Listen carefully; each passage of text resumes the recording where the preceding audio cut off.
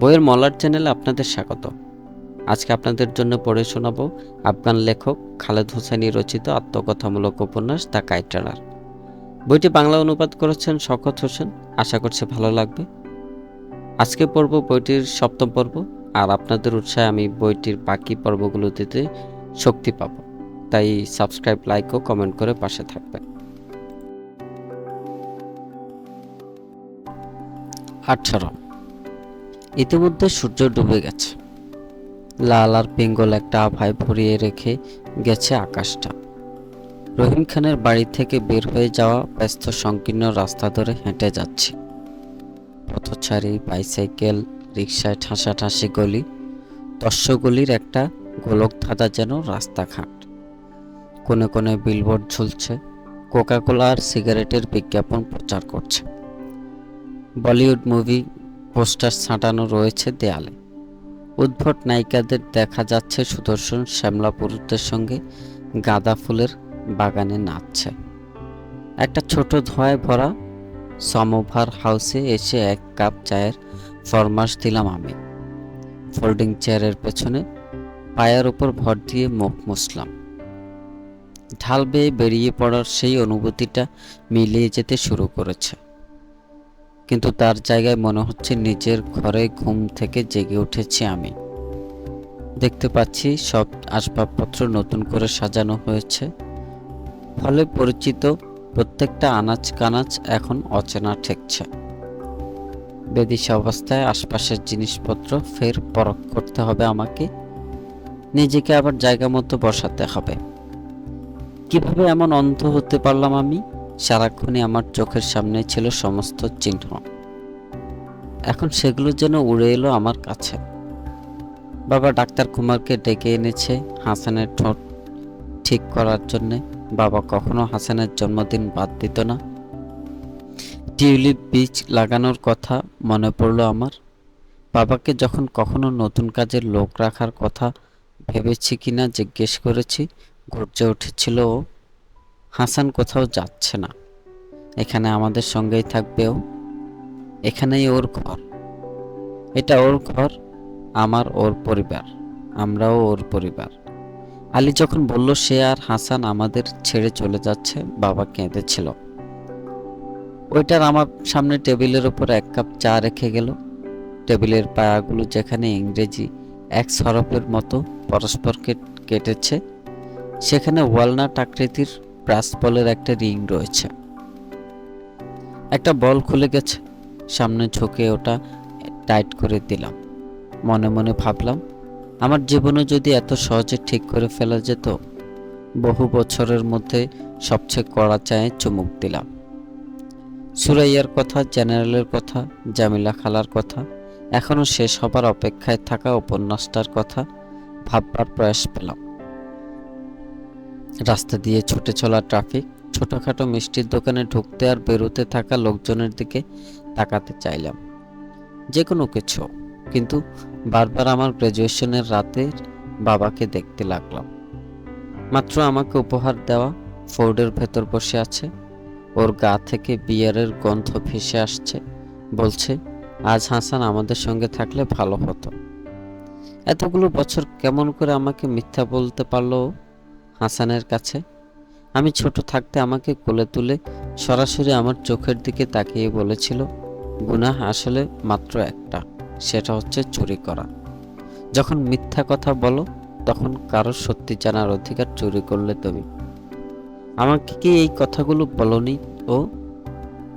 আর এখন ওকে কবর দেওয়ার 15 বছর পরে জানতে পারছি যে বাবা নিজেই একজন চোর ছিল, সবচেয়ে খারাপ ধরনের চোর, কারণ তার চুরি করা জিনিসগুলো ছিল পবিত্র। আমার একটা ভাই ছিল, সেটা জানার অধিকার থেকে বঞ্চিত করেছে আমাকে। হাসানের পরিচয় চুরি করেছে, আলীকে তার সম্মান থেকে বঞ্চিত করেছে, তার নাম, তার নামুস। বারবার প্রশ্নটা ফিরে ফিরে আসতে লাগলো আমার কাছে। বাবা কিভাবে আলীর চোখের দিকে তাকাতো, কিভাবে ওই বাড়িতে থাকতে পেরেছিল আলী দিনের পর দিন, যেখানে সে জানতো আফগান কোনো পুরুষকে অসম্মান করার সবচেয়ে জঘন্য উপায় তাকে বেইজ্জতি করেছে তার মনিব। আর আমিই বা কিভাবে বাবার এই নতুন চেহারার সঙ্গে এতদিন ধরে আমার মনে খোদাই হয়ে থাকা চেহারার খাপ খাওয়াবো? সে পুরনো বাদামি স্যুট পরে তাহেরি ড্রাইভওয়ে ধরে টলমল পায়ে এগিয়ে যাচ্ছে সুরাইয়ার বিয়ের প্রস্তাব দেবে বলে। এটা আরেকটা ক্লিশে, যেটা কিনা আমার ক্রিয়েটিভ রাইটিং টিচারের ভর্ৎসনার মুখোমুখি হতো। ব্যাপক বেটা সেফাইকা ঘোড়া, কিন্তু সেটা সত্যি, তাই না? যেমন দেখা গেছে, বাবা আর আমি আমার যতখানি জানা ছিল তার চেয়েও অনেক বেশি কাছাকাছি। আমরা দুজনই এমন সব লোকদের সঙ্গে বেইমানি করেছি যারা আমাদের জন্য জীবন দিতে তৈরি ছিল। সেই সঙ্গে এই উপসংহারও এলো, রহিম খান আমাকে এখানে কেবল আমার নিজের নয় বরং বাবার পাপেরও প্রায়শ্চিত্ত করার জন্য তলব করেছে। রহিম খান বলেছে আমি বরাবর নিজের সঙ্গে রূঢ় আচরণ করে আসছি, কিন্তু আমি ভাবলাম ঠিক আমি আলীকে ল্যান্ডমাইনের উপর পা দিতে বাধ্য করিনি, হাসানকে গুলি করে মারার জন্য তালিবানদের বাড়ি থেকে ডেকে আনিনি, কিন্তু হাসান আর আলীকে আমি বাড়ি ছাড়া করেছিলাম। এটা কি কষ্ট কল্পনা যে সেটা না করলে অবস্থা ভিন্ন হতে পারত। হয়তো বাবা ওদের সঙ্গে করে আমেরিকায় নিয়ে আসতো। এতদিনে হাসানের হয়তো নিজের একটা বাড়ি থাকতো, একটা কাজ, একটা পরিবার থাকতো। এমন এক দেশে, এমন এক জীবন যেখানে সে হাজারা কিনা সেটা নিয়ে কেউ মাথা ঘামাতো না, যেখানে বেশিরভাগ লোকে হাজারা মানে কি সেটাই জানে না। হয়তো না, বাবা আবার হয়তো হতেও পারত।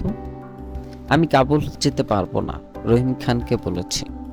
আমেরিকা আমার বউ আছে, একটা বাড়ি আছে, পরিবার আছে, কিন্তু কিভাবে আমি তল্পা গুটিয়ে ঘরে ফিরে যাব যেখানে আমার কাজের ফলে হাসান ঠিক এই সুবিধাগুলো পাওয়ার সুযোগ থেকে বঞ্চিত হচ্ছে। রহিম খান আমাকে ফোন না করলেই ভালো ছিল ভাবলাম, আমাকে সে অন্ধকারে থাকতে দিলেই পারত, কিন্তু আমাকে ফোন করেছেও। রহিম খান আমার কাছে যেসব কথা বলেছে তাতে করে অবস্থা বদলে গেছে। আমাকে দেখিয়ে দিয়েছে কিভাবে আমার গোটা জীবন 1975 সালের শীতের অনেক আগে থেকেই, সেই হাজারা মহিলা আমাকে গান শোনাবার সময় থেকেই মিথ্যা, বেইমানি আর গোপনীয়তার একটা চক্রে পরিণত হয়েছিল। আবার ভালো হওয়ার একটা উপায় আছে বলেছিল সে। সেই চক্রটাকে ভাঙার একটা উপায়, একটা ছোট ছেলের কাছে একটা এতিম হাসানের ছেলে কাবুলের কথাও আছে। রিকশায় করে আবার রহিম খানের অ্যাপার্টমেন্টে যাবার পথে বাবার বলার সেই কথাটা মনে পড়ল। আমার সমস্যাটা হচ্ছে সবসময় অন্য কেউ আমার কাজ করে দিচ্ছে। এখন আমার বয়স 38 বছর, আমার চুল পাতলা হতে শুরু করেছে, ইদানিং চোখের চারপাশে কুঞ্চন চোখে পড়েছে আমার। এখন অনেক বড় হয়েছে, কিন্তু নিজের লড়াই শুরু করার মতো যথেষ্ট বড় হয়তো না। দেখা যাচ্ছে বাবা অনেক বিষয় মিথ্যে বলেছে আমাকে, কিন্তু এই সম্পর্কে মিথ্যা বলেনি। আবার পোলারয়েডের গোলগাল চেহারাটার দিকে তাকালাম, ওটার ওপর রোদ এসে পড়ার ভঙ্গিটা খেয়াল করলাম। আমার ভাইয়ের চেহারা। একবার আমাকে ভালোবেসেছিল হাসান, এমনভাবে ভালোবেসেছিল যেভাবে আর কখনো কেউ কোনোদিন বাসবে না। এখন নেইও, কিন্তু ওর একটা ছোট অংশ রয়ে গেছে, বেঁচে আছে, কাবুলে অপেক্ষা করছে।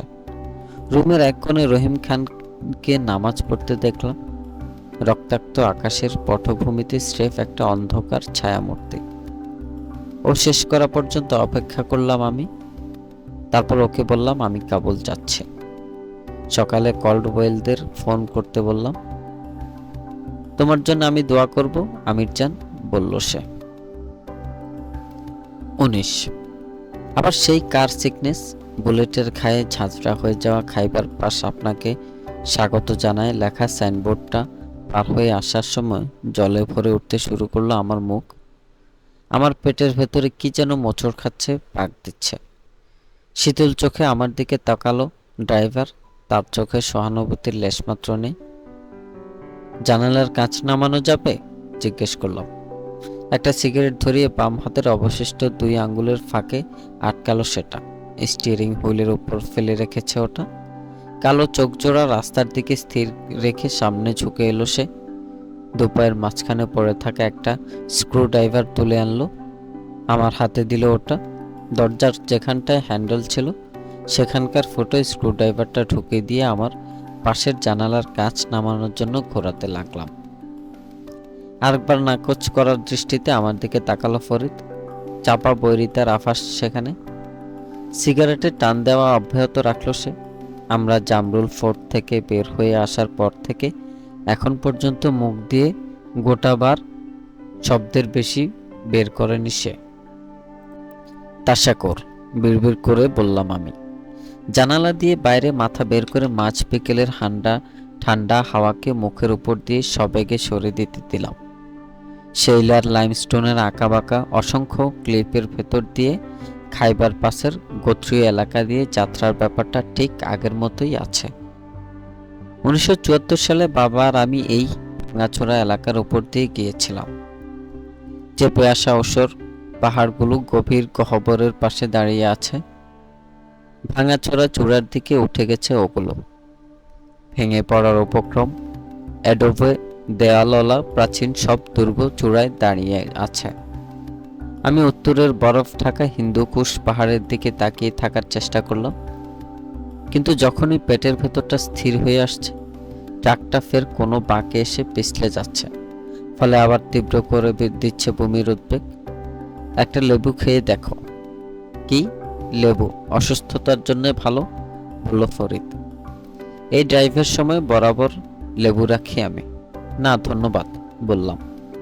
পেটের ভেতর আরো অ্যাসিড ঢালার ভাবনা বমির ভাব আরো বাড়িয়ে দিল। নাক ছিটকাল ফরিদ। জানি এটা আমেরিকান ওষুধের মতো মজাদার নয়, মায়ের শেখানো পুরনো একটা প্রতিষেধক। লোকটার সঙ্গে খাতির জমানোর এমনই সুযোগটা হেলায় হারানোর জন্য খারাপ লাগলো। তাহলে একটু দিতে পারো। খাবলা মেরে পেছনের সিট থেকে একটা কাগজের ব্যাগ তুলে নিল সে। অর্ধেকটা লেবু বের করলো ওটা থেকে। ওটায় কামড় বসালাম আমি।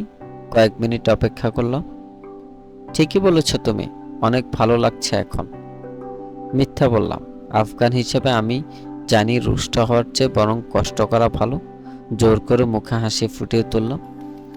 পুরনো বাতানি কায়দা, ফুটানির ওষুধের কোনো দরকার নেই, বলল সে। রুক্ষতার প্রান্তে তার কণ্ঠস্বর। সিগারেটের ছাই ছেড়ে ফেলে বিয়ার ভিউ মিররের আত্মতুষ্ট ভঙ্গিতে তাকালো সে। লোকটা তাজিক, হ্যাংলা শ্যামবর্ণের মানুষ। রোদে পোড়া পোড় খাওয়া চেহারা, সরু কাঁধ তার, লম্বা গলা, উঁচু হয়ে থাকা কণ্ঠমণির কারণে ছেদ পড়েছে তাতে। কেবল ঘাড় ফেরালেই দাড়ির আড়াল থেকে উকি দেয় সেটা। আমার মতোই পোশাক পরে আছে, যদিও আমার ধারণা সেটা আসলে উল্টোটাই হবে। কর্কশভাবে বোনা একটা উলের কম্বল ধূসর পিরহান তাম্বানের উপর ফেলে রেখেছে, আর একটা ভেস্ট। মাথায় একটা বাদামি পাকল, একপাশে কিঞ্চিত কাত হয়ে আছে। তাজিক পীর আহমেদ শাহ মাসুদের কায়দায় তাজিকরা তাকে পানশিরের সিংহ বলে ডাকে। পেশোয়ারে রহিম খানি ফরিদের সঙ্গে পরিচয় করিয়ে দিয়েছে আমাকে। বলেছে ফরিদের বয়স 29 বছর, যদিও চেহারায় আরো 20 বছর বেশি বয়সী কারো মতো বলিরেখা ফুটে উঠেছে। মাজারি শরীফে তার জন্ম। 10 বছর বয়সে তার বাবা সপরিবারে জালালাবাদে চলে আসার আগ পর্যন্ত সেখানেই ছিল। 14 বছর বয়সে সে আর তার বাবা সৌরভীদের বিরুদ্ধে জিহাদে যোগ দেয়। বাবা হেলিকপ্টার গানফায়ারের ছিন্ন ভিন্ন হয়ে যাবার আগ পর্যন্ত 2 বছর পানশির উপত্যকায় লড়াই করেছে ওরা।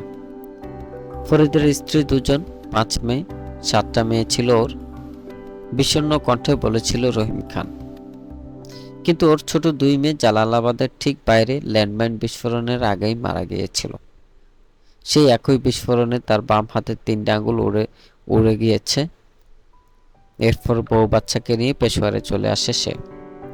চেক পয়েন্ট, গছগছ করে বলল ফরিদ। বুকের ওপর আড়াআড়িভাবে হাত বেঁধে সিটে এলিয়ে পড়লাম আমি। মুহূর্তের জন্য বমির কথা বিস্তৃত হলো, তবে উদ্বিগ্ন হওয়ার দরকার ছিল না। আমাদের জরাজীর্ণ ল্যান্ড ক্রুজারের দিকে এগিয়ে এলো 2 জন পাকিস্তানি মিলিশিয়া। ভেতরে একটু দেখলো, তারপর ইশারায় আগে বাড়তে বলল। আমি আর রহিম খান মিলে যে ফর্দ করেছিলাম সেটার 1 নম্বরে ছিল ফরিদ।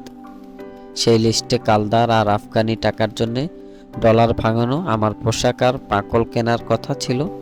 পরিহাসের ব্যাপার হচ্ছে, সত্যিকার অর্থে আফগানিস্তানে থাকতে আমি কখনোই ওই দুটি জিনিস পারিনি।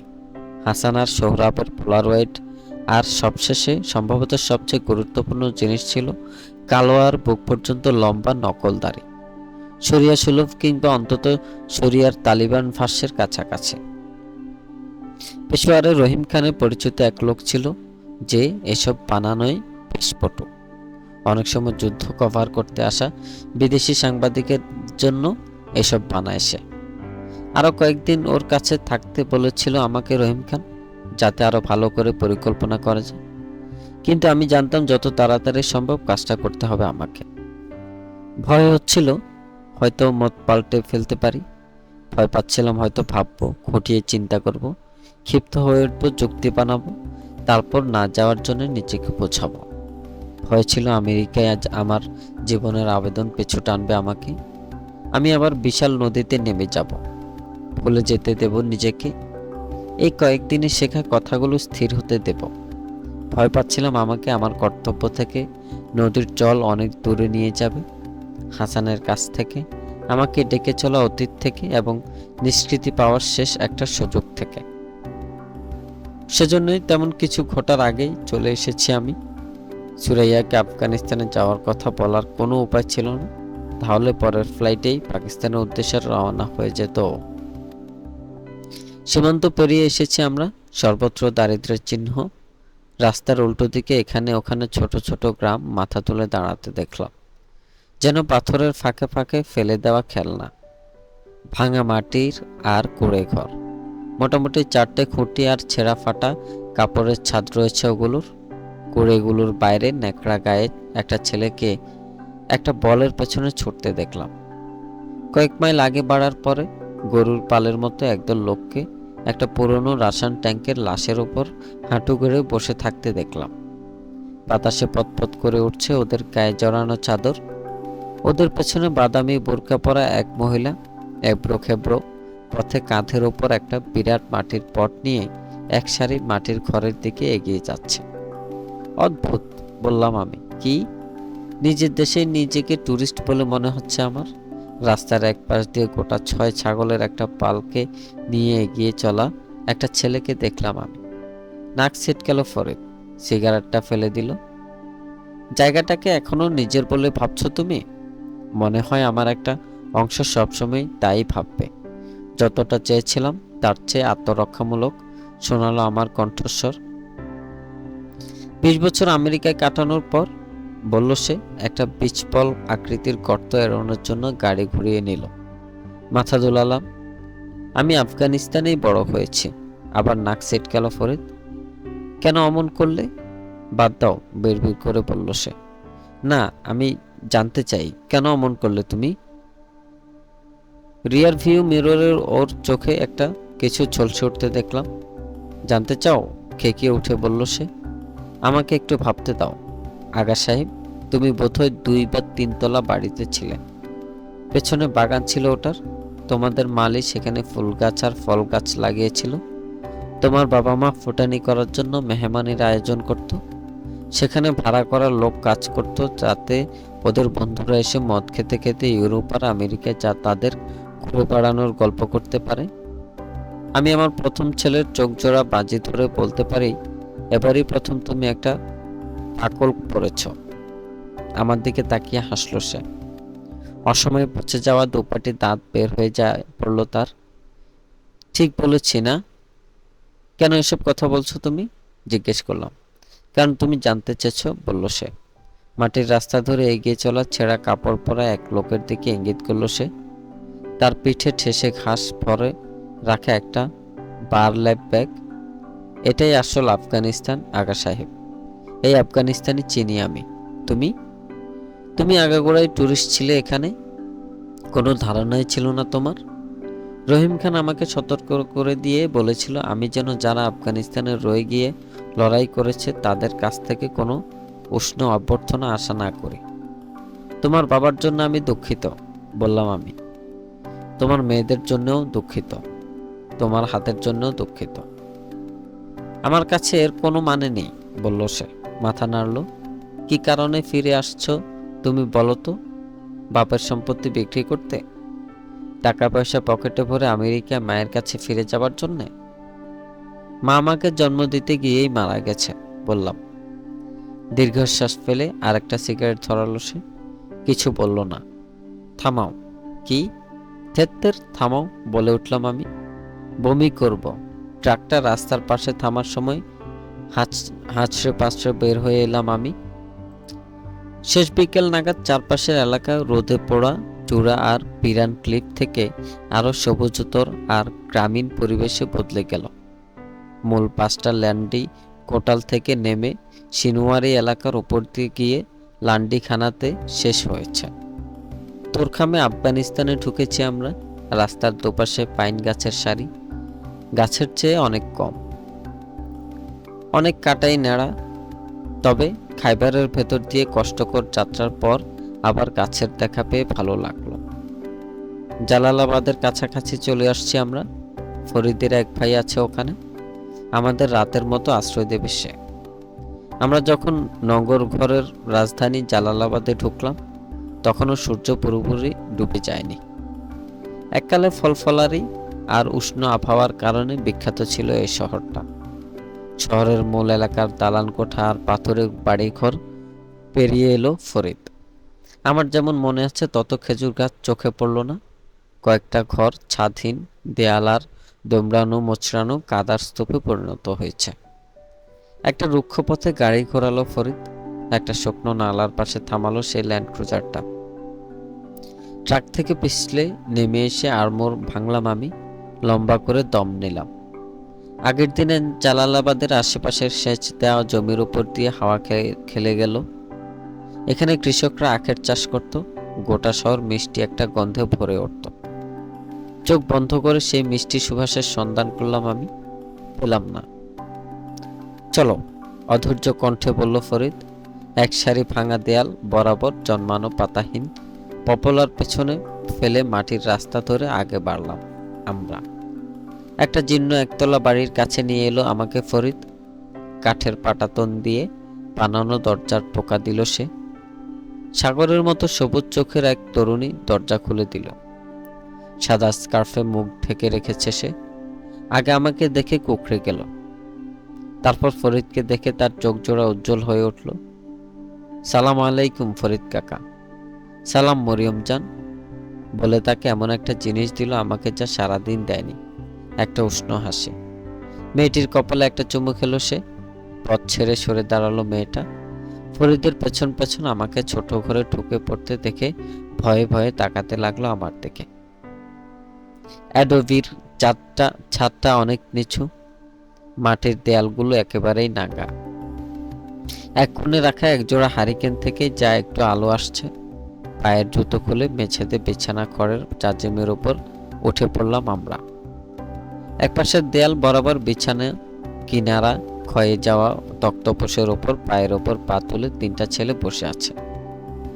দাড়িওয়ালা দীর্ঘদেহী এক লোক আমাদের স্বাগত জানাতে উঠে দাঁড়ালো। ফরিদ আর সে কোলাকুলি করে একে অপরকে গালে চুমু খেল। তাকে ওর বড় ভাই ওয়াহিদ বলে পরিচয় করিয়ে দিল ফরিদ। আমেরিকা থেকে এসেছে ও, ওয়াহিদকে বলল সে। বুড়ো আঙ্গুলে ইঙ্গিত করলো আমার দিকে। আমাদের একা রেখে ছেলেগুলোর সঙ্গে কথা বলতে এগিয়ে গেল সে। ছেলেগুলোর উল্টো দিকে দেয়ালের সঙ্গে ঠেস দিয়ে আমাকে বসালো ওয়াহিদ। ছেলেগুলো ফরিদের ওপর ঝাঁপিয়ে পড়ে ওর কাঁধে উঠে বসে। আমার আপত্তি সত্ত্বেও ওয়াহিদ ছেলেদের একজনকে হুকুম করলো আমার জন্য আরেকটা কম্বল নিয়ে আসতে যাতে আমি মেঝেতে আরেকটু আরাম করে বসতে পারি। মরিয়মকে বলল আমাকে চা দিতে। পেশোয়ার থেকে আসা আর খাইবার পার হওয়ার অভিজ্ঞতার কথা জানতে চাইল সে।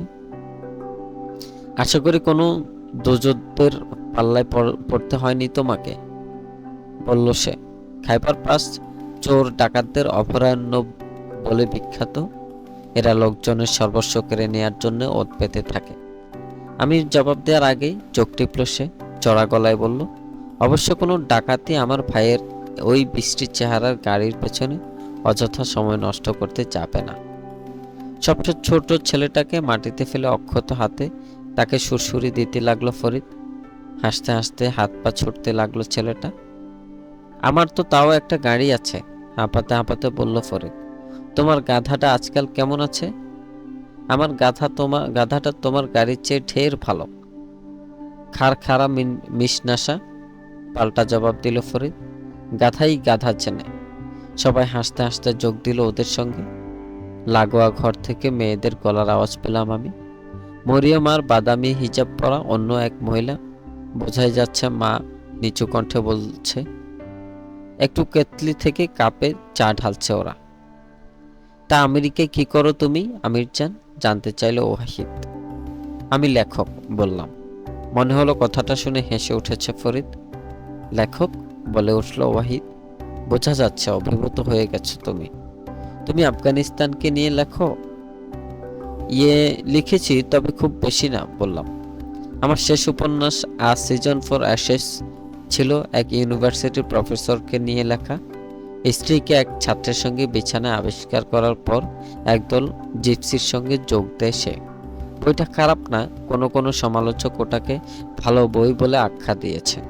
এমনকি একজন তো রিভেটিং শব্দটা ব্যবহার করেছে। কিন্তু হঠাৎ করে বিব্রত বোধ করলাম আমি। মনে মনে আশা করলাম ওয়াহিদ যেন বইটার বিষয় বস্তু সম্পর্কে জানতে না চায়। হয়তো আবার আফগানিস্তান নিয়ে লেখা শুরু করা উচিত তোমার, বলল ওয়াহিদ। সারা দুনিয়ার মানুষকে জানিয়ে দিতে পারবে তালিবানরা আমাদের দেশের কি দুর্গতি করে এসেছে। আমি আসলে ঠিক ওই ধরনের লেখক না। ওহ, বলল ওয়াহিদ। মাথা দোলালো সে। একটু লাল হয়ে উঠেছে তার চেহারা। তোমারই ভালো জানার কথা, আমার এখানে কিছু বলা উচিত নয়। ঠিক এই সময় মরিয়ম আর অন্য মহিলা ছোট প্ল্যাটারে করে একজোড়া কাপ আর একটা কেতলি নিয়ে রুমে ঢুকলো। সম্মান দেখাতে উঠে দাঁড়ালাম আমি। বুকে হাত রাখলাম, মাথা নোয়ালাম, সালাম আলাইকুম বললাম।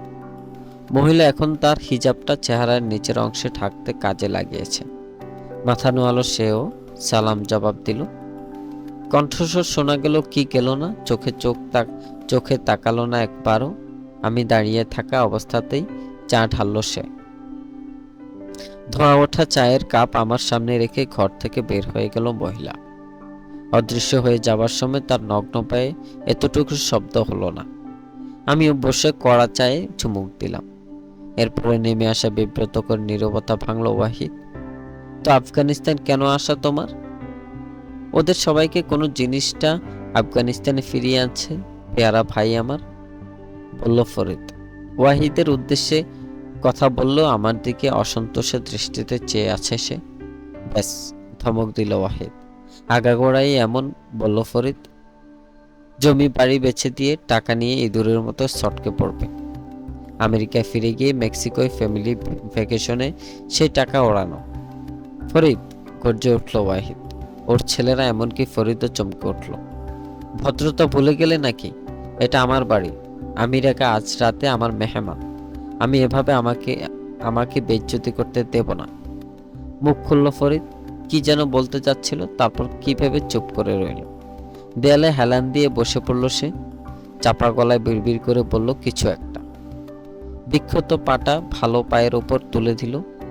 তার অভিযোগের দৃষ্টি আমার ওপর থেকে সরল না মুহূর্তের জন্যেও।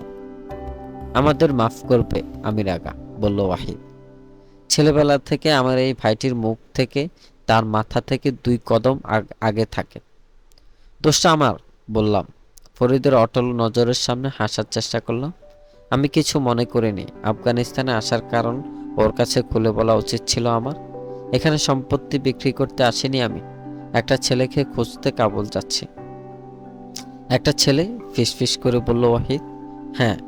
শার্টের পকেট থেকে পোলারয়েডের ছবিটা বের করলাম। হাসানের ছবিটা আবার দেখতে গিয়ে ওর মৃত্যুর পুরনো শোক জাগিয়ে উঠল। জোর করে ওটার উপর থেকে চোখ সরিয়ে নিতে হলো আমাকে।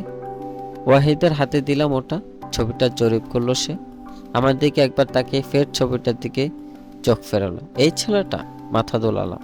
এই হাজারা ছেলেটা? হ্যাঁ। সে তোমার কি এমন? ওর বাবা আমার কাছে অনেক কিছু ছিল। ছবির ওই লোকটা এখন আর বেঁচে নেই। ও চোখ পিটপিট করলো ওয়াহিদ। তোমার বন্ধু? আমার সহজাত প্রবৃত্তি হ্যাঁ বলার জন্য মুখিয়েছিল, যেন বাবার গোপন কথা রক্ষা করতে চাইছিলাম। কিন্তু অনেক মিথ্যাচার হয়েছে। আমার সৎ ভাই ছিল ও। ঢোক গিললাম আমি। আমার অবৈধ সৎ ভাই। চায়ের কাপের দিকে নজর দিলাম, হাতল ধরে নাড়াচাড়া করতে থাকলাম। আমি নাক গলাতে চাইনি। নাক গলাচ্ছ না তুমি? বললাম। ওকে নিয়ে কি করবে? আবার পেশোয়ারে নিয়ে যাব, ওখানে ওর দেখাশোনা করার মতো লোক আছে। ছবিটা ফিরিয়ে দিল ওয়াহিদ। আমার কাঁধে মোটা একটা হাত রাখলো। তুমি একজন সম্মানিত লোক আমির আগা, সত্যিকারের আফগান। তলে তলে কুঁকড়ে গেলাম আমি। তোমাকে আজ রাতে আমাদের বাড়িতে পেয়ে গর্বিত বোধ করছি, বলল ওয়াহিদ। ওকে ধন্যবাদ দিয়ে চোরা চোখে একবার ফরিদের দিকে তাকালাম। এখন নিচে তাকিয়েও আছে, জাজিমের ক্ষয়ে যাওয়ার কিনারা নিয়ে খেলছে। অল্প কিছুক্ষণ পরে মরিয়ম আর ওর মা ধুমায়িত 2 পেয়ালা সবজির শুরুয়া আর 2 টুকরো রুটি নিয়ে এলো।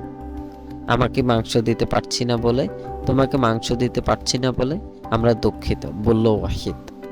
এখন শুধু তালিবানরাই মাংস খাওয়ার যোগ্যতা রাখে। এটাই তো বেশ চমৎকার লাগছে, বললাম। আসলেও তাই। ওকে বাচ্চাদের সাথলাম আমি। কিন্তু ওয়াহিদ বলল, ওর পরিবার আমরা আসার একটু আগেই খেয়েছে। ফরিদার আমি জামার হাতা গুটিয়ে নিলাম, শুরুয়ে রুটি ডুবিয়ে হাত দিয়ে খেতে লাগলাম। খাওয়ার সময় লক্ষ্য করলাম কিস্তি টুপির নিচে ছোট করে ছাটা বাদামি চুল আর কাদামাটিতে ভরে থাকা ওয়াহিদের 3 ছেলে চোরা চোখে বারবার আমার ডিজিটাল হাত ঘড়িটার দিকে তাকাচ্ছে। সবচেয়ে ছোটটি তার ভাইয়ের কানে কানে কি যেন ফিসফিস করে বলল। মাথা ধুলালো তার ভাই। আমার ঘড়ির ওপর থেকে চোখ সরালো না তারা। ছেলেগুলোর ভেতর সবচেয়ে বড়টি মনে হয় বছর 12 হবে। তার বয়স সামনে পেছনে দোল খাচ্ছে। আমার ঘড়ির উপর 18 মতো লেপটে আছে তার চোখ। ডিনারের পর একটা মাটির গামলায় মরিয়মের ঢেলে দেওয়া পানি দিয়ে হাত মুখ ধোয়ার পর ওয়াহিদকে বললাম, আমি ওর ছেলেদের একটা কিছু হাদিয়া মানে উপহার দিতে চাই। নিষেধ করলো সে, কিন্তু আমি জোর করে অনীহার সঙ্গে সায় দিলাম। আমি হাত ঘড়ির বেল্ট খুলে সবচেয়ে ছোটটির হাতে তুলে দিলাম ওটা। বোকার মতো তাড়া করে বলে উঠল সে, এটা বিভিন্ন শহরের সময় বলে তোমাকে। ওকে বললাম। ভদ্রভাবে মাথা ধুলালো ছেলেরা। একজনের হাত থেকে আরেকজনের হাতে চালান করছে ঘড়িটা। কিন্তু অচিরেই আগ্রহ হারিয়ে ফেলল। তারপর পরিত্যক্ত ঘড়িটা খড়ের জাজিমের ওপর পড়ে রইল। আমাকে কথাটা বলতে পারতে, পরে বলেছিল ফরিদ। ওয়াহিদের স্ত্রী আমাদের জন্য খড়ের জাজিম পেতে দিয়েছে, তারই ওপর পাশাপাশি শুয়ে আছি আমরা। কোন কথা? তোমার আফগানিস্তানে আসার কারণ? কণ্ঠস্বর থেকে কর্কশ ভাব বিদায় নিয়েছে। ওর সঙ্গে পরিচিত হবার পর থেকেই সুরটা কানে আসছিল আমার। তুমি জিজ্ঞেস করনি, বললাম আমি। তোমারই বলা উচিত ছিল। তুমি জিজ্ঞেস করনি। আমার মুখোমুখি হতে কাত হলো। আমি হয়তো ছেলেটাকে খুঁজে বের করতে তোমাকে ধন্যবাদ করব বা সাহায্য জানাব। ধন্যবাদ ফরিদ, বললাম। আমাকে ভুল বুঝেছ। দীর্ঘশ্বাস ফেললাম। ভেবো না, তুমি কতখানি ঠিক বলেছ সেটা তুমি নিজেও জানো না। ওর হাতজোড়া কোনো মতে বোনা দড়ি দিয়ে পিঠমোড় করে বাঁধা, কবজির ওপর চেপে বসেছে বাঁধন। একটা কালো কাপড়ে চোখজোড়া বেঁধে রাখা হয়েছে ওর। জমাট পানিতে ভরা একটা নালার কিনারে রাস্তার উপর হাঁটু গেড়ে বসে আছে ও। 2 কাঁধের মাঝখানে ঝুলে পড়েছে ওর মাথা। কঠিন জমিনে পিছল যাচ্ছে ওর পা জোড়া, দোল খেয়ে দোয়া করছে। কাপড় চুইয়ে রক্ত বের হয়ে আসছে। শেষ বিকাল। নুড়ি পাথরের ওপর দীর্ঘ ছায়া পড়েছে ওর। নিচু স্বরে কি যেন বিড়বিড় করে বলছে ও। আর এক কদম কাছে 1000 বার বিড়বিড় করছে ও, তোমার জন্যে 1000 বার। সামনে পেছনে দোল খাচ্ছে। মুখ খুলল। ওর উপরের ঠোঁটে একটা ক্ষীণ ক্ষত চিহ্ন দেখতে পেলাম। আমরা একা নই। প্রথমেই বেরোলটা চোখে পড়লো আমার। তারপর ওটার পেছনে লোকটাকে দেখলাম। লম্বা ছিট কাপড়ের একটা জব্বা পরেছে, মাথায় কালো পাগড়ি। বিশাল অন্ধকার শূন্যতা পড়া চোখের সামনে চোখ ধাঁধা মানুষটার দিকে তাকালো সে। এক পা পেছনে গিয়ে ব্যারেল উঁচু করে ধরল। হাঁটু গেড়ে বসে থাকা লোকটার মাথার উপর ঠেকালো। এক মুহূর্তে ম্রিয়মান রোদ ধাতব শরীরের ওপর ঝড়ে ছিলিক দিয়ে উঠল। প্রবল শব্দ গর্জে উঠল রাইফেলটা। প্যারেলটার ঢালু গতিপথ অনুসরণ করলাম আমি। মাজল থেকে বের হয়ে আসা ধোঁয়ার কুণ্ডলী ওপাশে চেহারাটা দেখতে পেলাম। ছিটকা পরে জব্বা পরা লোকটা আমি। গলায় আটকে যাওয়া একটা আর্তনাদ নিয়ে জেগে উঠলাম আমি। বাইরে পা রাখলাম আমি। আধখানা চাঁদের রূপালী নিষ্প্রভ আলোয় দাঁড়িয়ে তারায় তারায় খচিত আকাশের দিকে তাকালাম। খান খান হয়ে যাওয়া অন্ধকারের ঝিঝি পোকারা ডেকে চলেছে। গাছপালার পাক দিয়ে হাওয়া বইছে। খালি করে আমার মনে হলো আমি ফিরে এসেছি। এতগুলো বছর পরে আবার বাড়ি ফিরে এসেছি আমি। পূর্বপুরুষের জমিনে দাঁড়িয়ে আছি। এই মাটিতেই আমার দাদার দাদা কাবুলে 1915 সালে ছড়িয়ে পড়া কলেরা মহামারীতে মারা যাওয়ার 1 বছর আগে 3 নম্বর বিয়ে করেছিল। আগের 2 স্ত্রী তাকে যা দিতে পারেনি সে তাই দিয়েছিল তাকে, অবশেষে একটা ছেলে। এই মাটিতেই আমার দাদা বাদশাহ নাদির শাহর সঙ্গে এক শিকারে অভিযানে বেরিয়ে পড়েছিল। একটা হরিণ শিকার করেছিল সে। এই মাটিতে মারা গেছে আমার মা। এই মাটিতে আবার ভালোবাসা পেতে লড়াই করছি আমি। একটা বাড়ির দেয়ালে ঠেস দিয়ে বসে পড়লাম। পুরনো দেশের প্রতি বোধ করা এই টানে বিস্মিত হয়েছে। অনেকদিন আগে এখান থেকে চলে গিয়েছে, ভুলে যাওয়া আর চুকিয়ে দেওয়ার জন্য লম্বা সময়। এমন এক দেশে এখন আমার ঘর আছে যেটা আমার এই দেয়ালের ওপাশে যারা ঘুমোচ্ছে তাদের পক্ষে ভিন্ন কোনো গ্রহের বলে মনে হবে। ভেবেছিলাম এই দেশের কথা ভুলেও বিভিন্ন কোনো গ্রহের কথা মনে করবে গিয়েছিলাম, কিন্তু আসলে ভুলিনি। আধখানা চাঁদের সাদাটে আভার নিচে মনে হলো আফগানিস্তান যেন আমার পায়ের নিচে গুনগুন করে গান গাইছে। হয়তো আফগানিস্তানও আমাকে ভুলে যায়নি। পশ্চিমে চোখ ফেরালাম আমি। মনে মনে ভাবলাম এই যে পাহাড়গুলো দেখা যাচ্ছে ওগুলোর ওপাশে কোথাও যেন কোথাও এখন আছে কাবুল।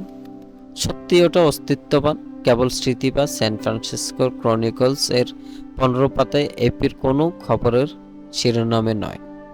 ওই পাতা পড়া পাহাড়গুলোই ওপাশে পশ্চিম কোথাও আছে সেই শহর যেখানে আমি আর আমার ঠোঁটকাটা ভাইটি ঘুড়ির পেছনে ছুটে বেরিয়েছে। ওখানে কোথাও আমার স্বপ্নে দেখা চোখ বেঁধে রাখা লোকটা খামোকা মরণকে বরণ করে নিয়েছে। একবার এই পাহাড়গুলোর ওপাশে একটা সিদ্ধান্তে পৌঁছেছিলাম আমি। এখন 25 বছর পরে সেই সিদ্ধান্তই আমাকে ঠিক এই মাটিতে ফিরিয়ে এনেছে। ঘরে ফিরে যাব এমন সময় ভেতর থেকে ভেসে আসা কণ্ঠস্বর কানে এলো। একটা গলা ওয়াহিদের বলে চিনতে পারলাম, বাচ্চাদের জন্য কিছু বাকি নেই। ক্ষুধার্ত হলেও আমরা অসভ্য নই। ও একজন মেহমান, আমার কি করার ছিল? চাপা গলায় বলল সে। আগামীকাল একটা কিছু খুঁজে বের করতে। কাঁদো কাঁদো শোনালো মহিলার কণ্ঠস্বর। কি খাওয়াবো আমি? পা টিপে টিপে সরে এলাম আমি। এখন বুঝতে পারলাম ছেলেরা ঘড়ির দিকে কেন তেমন একটা আগ্রহ দেখায়নি। আসলে মোটেই ঘড়ির দিকে তাকায়নি ওরা, আমার খাবারের দিকে তাকিয়েছিল। পরদিন বেশ সকাল সকাল বিদায় নিলাম আমরা। ল্যান্ড ক্রুজারে ওঠার ঠিক আগ মুহূর্তে ওয়াহিদকে তার আতিথেয়তার জন্য ধন্যবাদ জানালো। পেছনের ছোট বাড়িটার দিকে ইশারা করলো সে। এটা তোমারই বাড়ি বলল। ওর 3 ছেলে দরজায় দাঁড়িয়ে আমাদের দেখছিল। ছোটটির হাতে ঘড়িটা, ওর সরু হাতে ঝুলছিল ওটা। চলে আসার সময় সাইড ভিউ মিরর দিকে তাকালাম আমি। ট্রাকের চাকার গায়ে ঘায়ে ওরা ধুলোর মেঘের ভেতর ছেলেদের নিয়ে দাঁড়িয়ে আছে ওয়াহিদ। আমার মনে হলো ভিন্ন কোনো জগতে এই ছেলের গাড়ির পেছনে ওর মতো তেমন ক্ষুধার্ত হবে না। সেদিনে আরো সকালে কেউ দেখছে না নিশ্চিত হয়ে 24 বছর আগে করেছিলাম এমন একটা কাজ করেছি আমি। একটা জাজিমের নিচে 1 মুঠো টাকা রেখে দিয়েছি। 20 ফরিদ সাবধান করে দিয়েছিল আমাকে। করেছিল বটে, কিন্তু দেখা গেল অযথা কথা খরচ করছে সে। জালালাবাদ থেকে কাবুলের দিকে চলে যাওয়া ক্ষতবিক্ষত রাস্তা ধরে এগিয়ে যাচ্ছিলাম আমরা। শেষবার যখন এই পথে গিয়েছি তখন একটা তারপুলিন ঢাকা ট্রাকে ছিলাম। উল্টো দিকে যাচ্ছিল সেটা। আরেকটু হলেই গান গাইতে থাকা পাথরের মতো এক রাউসি সৈন্যের হাতে গুলি খেয়ে মরতে হয়ে বসেছিল বাবা। সেটাতে আমাকে অনেক খেপিয়ে দিয়েছিল বাবা। ভয়ও পেয়েছিলাম, তবে শেষ পর্যন্ত গর্ববোধ করেছি। কাবুল থেকে জালালাবাদে যাওয়ার সেই ঘটনা, পাহাড়ের ভেতর দিয়ে এঁকে বেঁকে চলে যাওয়ার, পাশের ভেতর দিয়ে হাড় মাংস কিমা করে দেওয়ার সেই স্মৃতি এখন রেলিকে পরিণত হয়েছে। দুটো যুদ্ধের রেলিক। 20 বছর আগে প্রথম যুদ্ধের খানিকটা নিজের চোখে দেখেছি আমি। তারই কিছু ভয়াবহ স্মৃতিচিহ্ন এখনও পড়ে আছে রাস্তায়। পুরনো সোভিয়েত ট্যাঙ্কের পোড়া অবশেষ উল্টো পড়া মিলিটারি ট্রাকে পড়তে চলেছে। পাহাড়ের উপর থেকে উল্টে পড়া একটা রাশিয়ান জিপ। দ্বিতীয় যুদ্ধ টিভির পর্দায় দেখেছি আমি। এখন ফরিদের চোখে সেটা দেখতে পাচ্ছি। অনায়াসে ভাঙাচোরা রাস্তা মাঝখানে নানা গর্ত এড়িয়ে যাচ্ছে ফরিদ। কোনো বিকার নেই। ওয়াহিদের বাড়িতে রাত কাটানোর পর আগের চেয়ে ঢের বেশি কথা বলেছে সে এখন। আমাকে প্যাসেঞ্জার সিটে বসিয়েছে। কথা বলার সময় পেছন ফিরে তাকাচ্ছে। আমার দিকে ফিরে 2-1 বার হেসেছেও। পঙ্গু হাতে স্টিয়ারিং ঘোরাতে ঘোরাতে মাটির ঘরের গ্রামের দিকে ইঙ্গিত করছে সে। ওখানকার লোকজনকে অনেক বছর আগে থেকেই চেনে সে। বেশিরভাগ লোকই বলেছে সে হয় মারা গেছে কিংবা পাকিস্তানের রিফিউজি ক্যাম্পে আছে। অনেক সময় যারা মারা গেছে তারাই ভাগ্যবান, বলল সে। একটা ছোট গ্রামের দুমড়ানো মুচড়ানো পোড়া অবশেষের দিকে ইশারা করল সে। এখন স্রেফ ছাদহীন কালো দেয়ালের এক চিলিতে জায়গা মাত্র। একটা দেয়ালের পাশে শুয়ে আছে একটা কুকুর। এখানে এককালে আমার এক বন্ধু ছিল, বলল ফরিদ। বেশ ভালো বাইসাইকেল মেরামত করতে পারত সে। তবলাও ভালো ভাজাতো। তালিবানরা ওকে আর ওর পরিবারকে খুন করেছে, পুড়িয়ে দিয়েছে গোটা গ্রাম। পুরা গ্রাম পেছনে ফেলে এলাম আমরা। কুকুরটা নড়ল না। আগের দিন জালালাবাদ থেকে কাবুল যেতে 2 ঘন্টা বা সামান্য বেশি সময় লাগতো। ফরিদ আর আমার কাবুলে পৌঁছতে 4 ঘন্টারও বেশি লেগে গেল। যখন পৌঁছলাম, আমরা মাহিপুর ড্যাম পার হওয়ার পরপরই আমাকে সতর্ক করে দিল ফরিদ। কাবুল এখন আর তোমার সেই পুরনো শহরটি নেই, বলল সে। সেই রকমই শুনেছি। ফরিদ এমনভাবে তাকালো যেন বলতে চাই শোনার দেখা এক কথা নয়। ঠিকই বলেছিল, কারণ শেষ পর্যন্ত কাবুল আমাদের সামনে এসে পড়ল। আমি নিশ্চিত হয়ে গেলাম, পুরোপুরি নিশ্চিত। কোথাও ভুল বাঁক নিয়ে বসেছে সে। নির্ঘাত আমার চেহারায় হতবুদ্ধিকর ভাবটা দেখেছিল ফরিদ।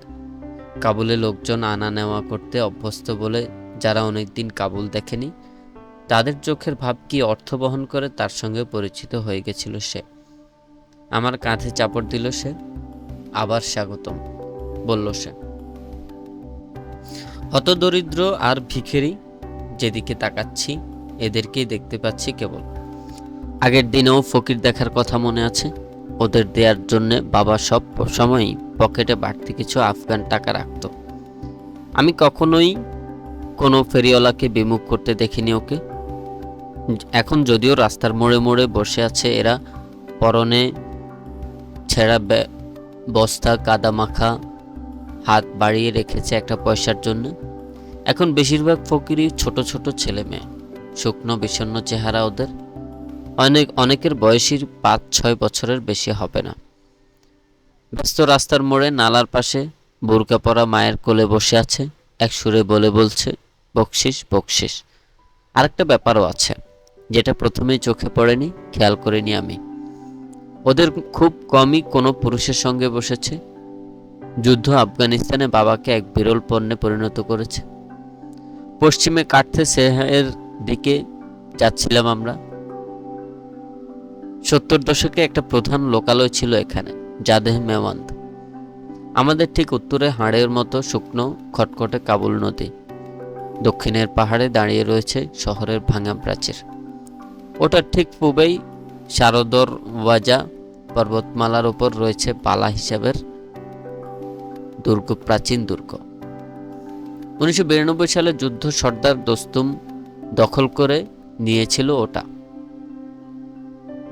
এই একই পাহাড় সারি থেকে মুজাহিদিন বাহিনী 92 থেকে 96 সালের মাঝামাঝি সময় পর্যন্ত কাবুলের ওপর রকেট বৃষ্টি ছড়িয়েছিল।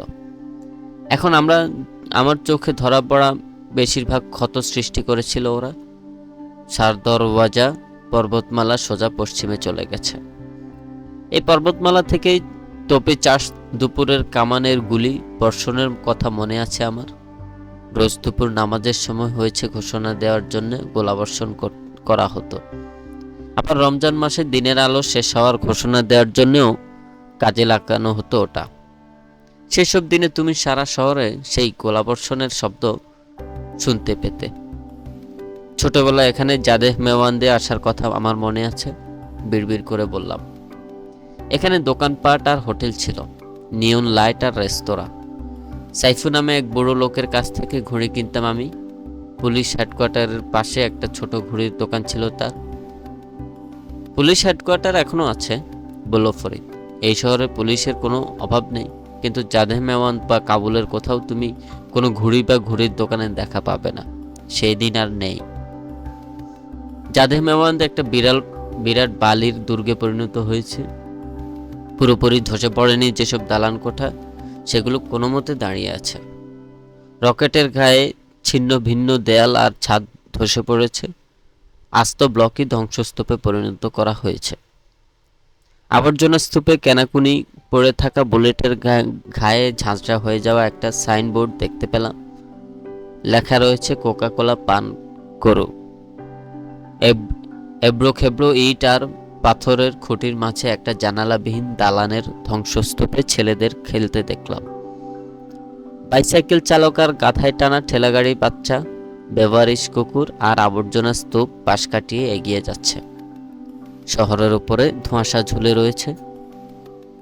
নদীর ওপাশে ধোয়ার একটা কুণ্ডলী আকাশের দিকে উঠে যাচ্ছে। গাছপালার কি হয়েছে জিজ্ঞেস করলাম।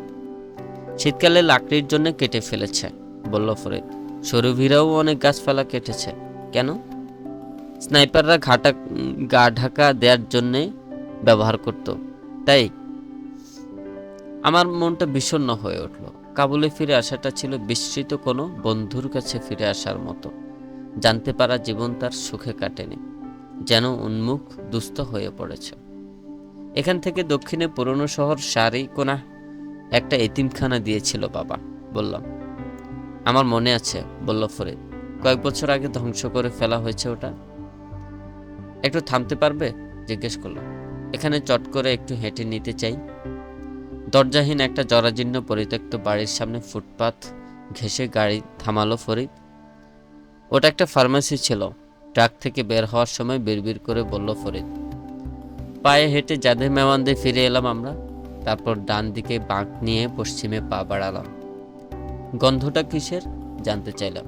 কিছু একটা আমার চোখে জল নিয়ে আসছে। ডিজেল, জবাব দিল ফরিদ। শহরের জেনারেটরগুলো সারাক্ষণই নষ্ট থাকে, ফলে ইলেকট্রিসিটির ওপর কোনো ভরসা নেই। লোকে তাই ডিজেল ব্যবহার করে। ডিজেল আগের দিন এই রাস্তার কিসে গন্ধ পাওয়া যেত মনে আছে? হাসল ফরিদ। কাবাব, ভেড়ার কাবাব, বললাম আমি। ভেড়া, বলল ফরিদ, মুখের ভেতর যেন শব্দটা স্বাদ নিচ্ছে। কাবুলের এখন কেবল তালিবানরাই ভেড়ার মাংস খেতে পারে। আমার শার্টের হাতা ধরে টান দিল সে। বলতে না বলতেই আমাদের দিকে একটা গাড়ি এগিয়ে আসছে, দাড়িওয়ালা পেট্রোল। বিড়বিড় করে বলল ফরিদ। প্রথমবারের মতো তালিবানদের দেখলাম আমি। টিভি পর্দায়, খবরের কাগজের পাতায়, ইন্টারনেটে, ম্যাগাজিনের কভারে ওদের দেখেছিলাম। কিন্তু এখন এখানে রয়েছে আমি, ওদের কাছ থেকে 50 ফুটেরও কম দূরত্বে। নিজেকে বোঝাচ্ছি আমার মুখের ভেতরের স্বাদটা নির্ভেজাল নগ্ন আতঙ্কের নয়। নিজেকে বলছি আমার শরীরের মাংস হঠাৎ করে হাড়ের সঙ্গে লেপ্টে যায়নি। আমার হৃৎপিণ্ড ধরাস ধরাস করছে না। ওই আসছে ওরা, ওদের সমস্ত গৌরব নিয়ে। লাল টয়োটো পিকআপ ট্রাকটা আমাদের পাশ কাটিয়ে চলে গেল। ক্যাবে কয়েকজন কঠোর চেহারার তরুণ গোড়ালিতে ভর দিয়ে বসে আছে। ওদের কাঁধে কালাশনিকে ঝুলছে। সবার মুখে দাঁড়িয়ে, মাথায় কালো পাগড়ি। ওদের মধ্যে একজন শ্যামলা বর্ণের, 20-এর গোড়ার দিকে হবে তার বয়স। ভুরু জোড়া, পাক খাওয়া, হাতে একটা চাবুক ঘোরাচ্ছে আর সেটা দিয়ে ট্রাকের পাশে তাল ঠুকছে। আমার উপর এসে পড়ল তার অস্থির দৃষ্টি। আমার চোখের দিকে তাকিয়ে রইল সে। সারা জীবন কোনো দিন নিজেকে এমন নগ্ন বলে মনে হয়নি আমার। তারপর তামাক ভরা থুতু ফেলে অন্যদিকে চোখ ফেরালো তালিব। আবার নিঃশ্বাস নিতে পারছি বলে মনে হলো আমার। ট্রাকটা জাদেহ মেওয়ান্দ ধরে চলে গেল। পেছনে পড়ে রইল ধুলোয় একটা মেঘ। তোমার কি হয়েছে? হিস হিস করে বলে উঠল ফরিদ। কি? কখনো ওদের দিকে তাকাবে না, বুঝেছ? কখনো না। ইচ্ছে করে তাকাইনি, বললাম।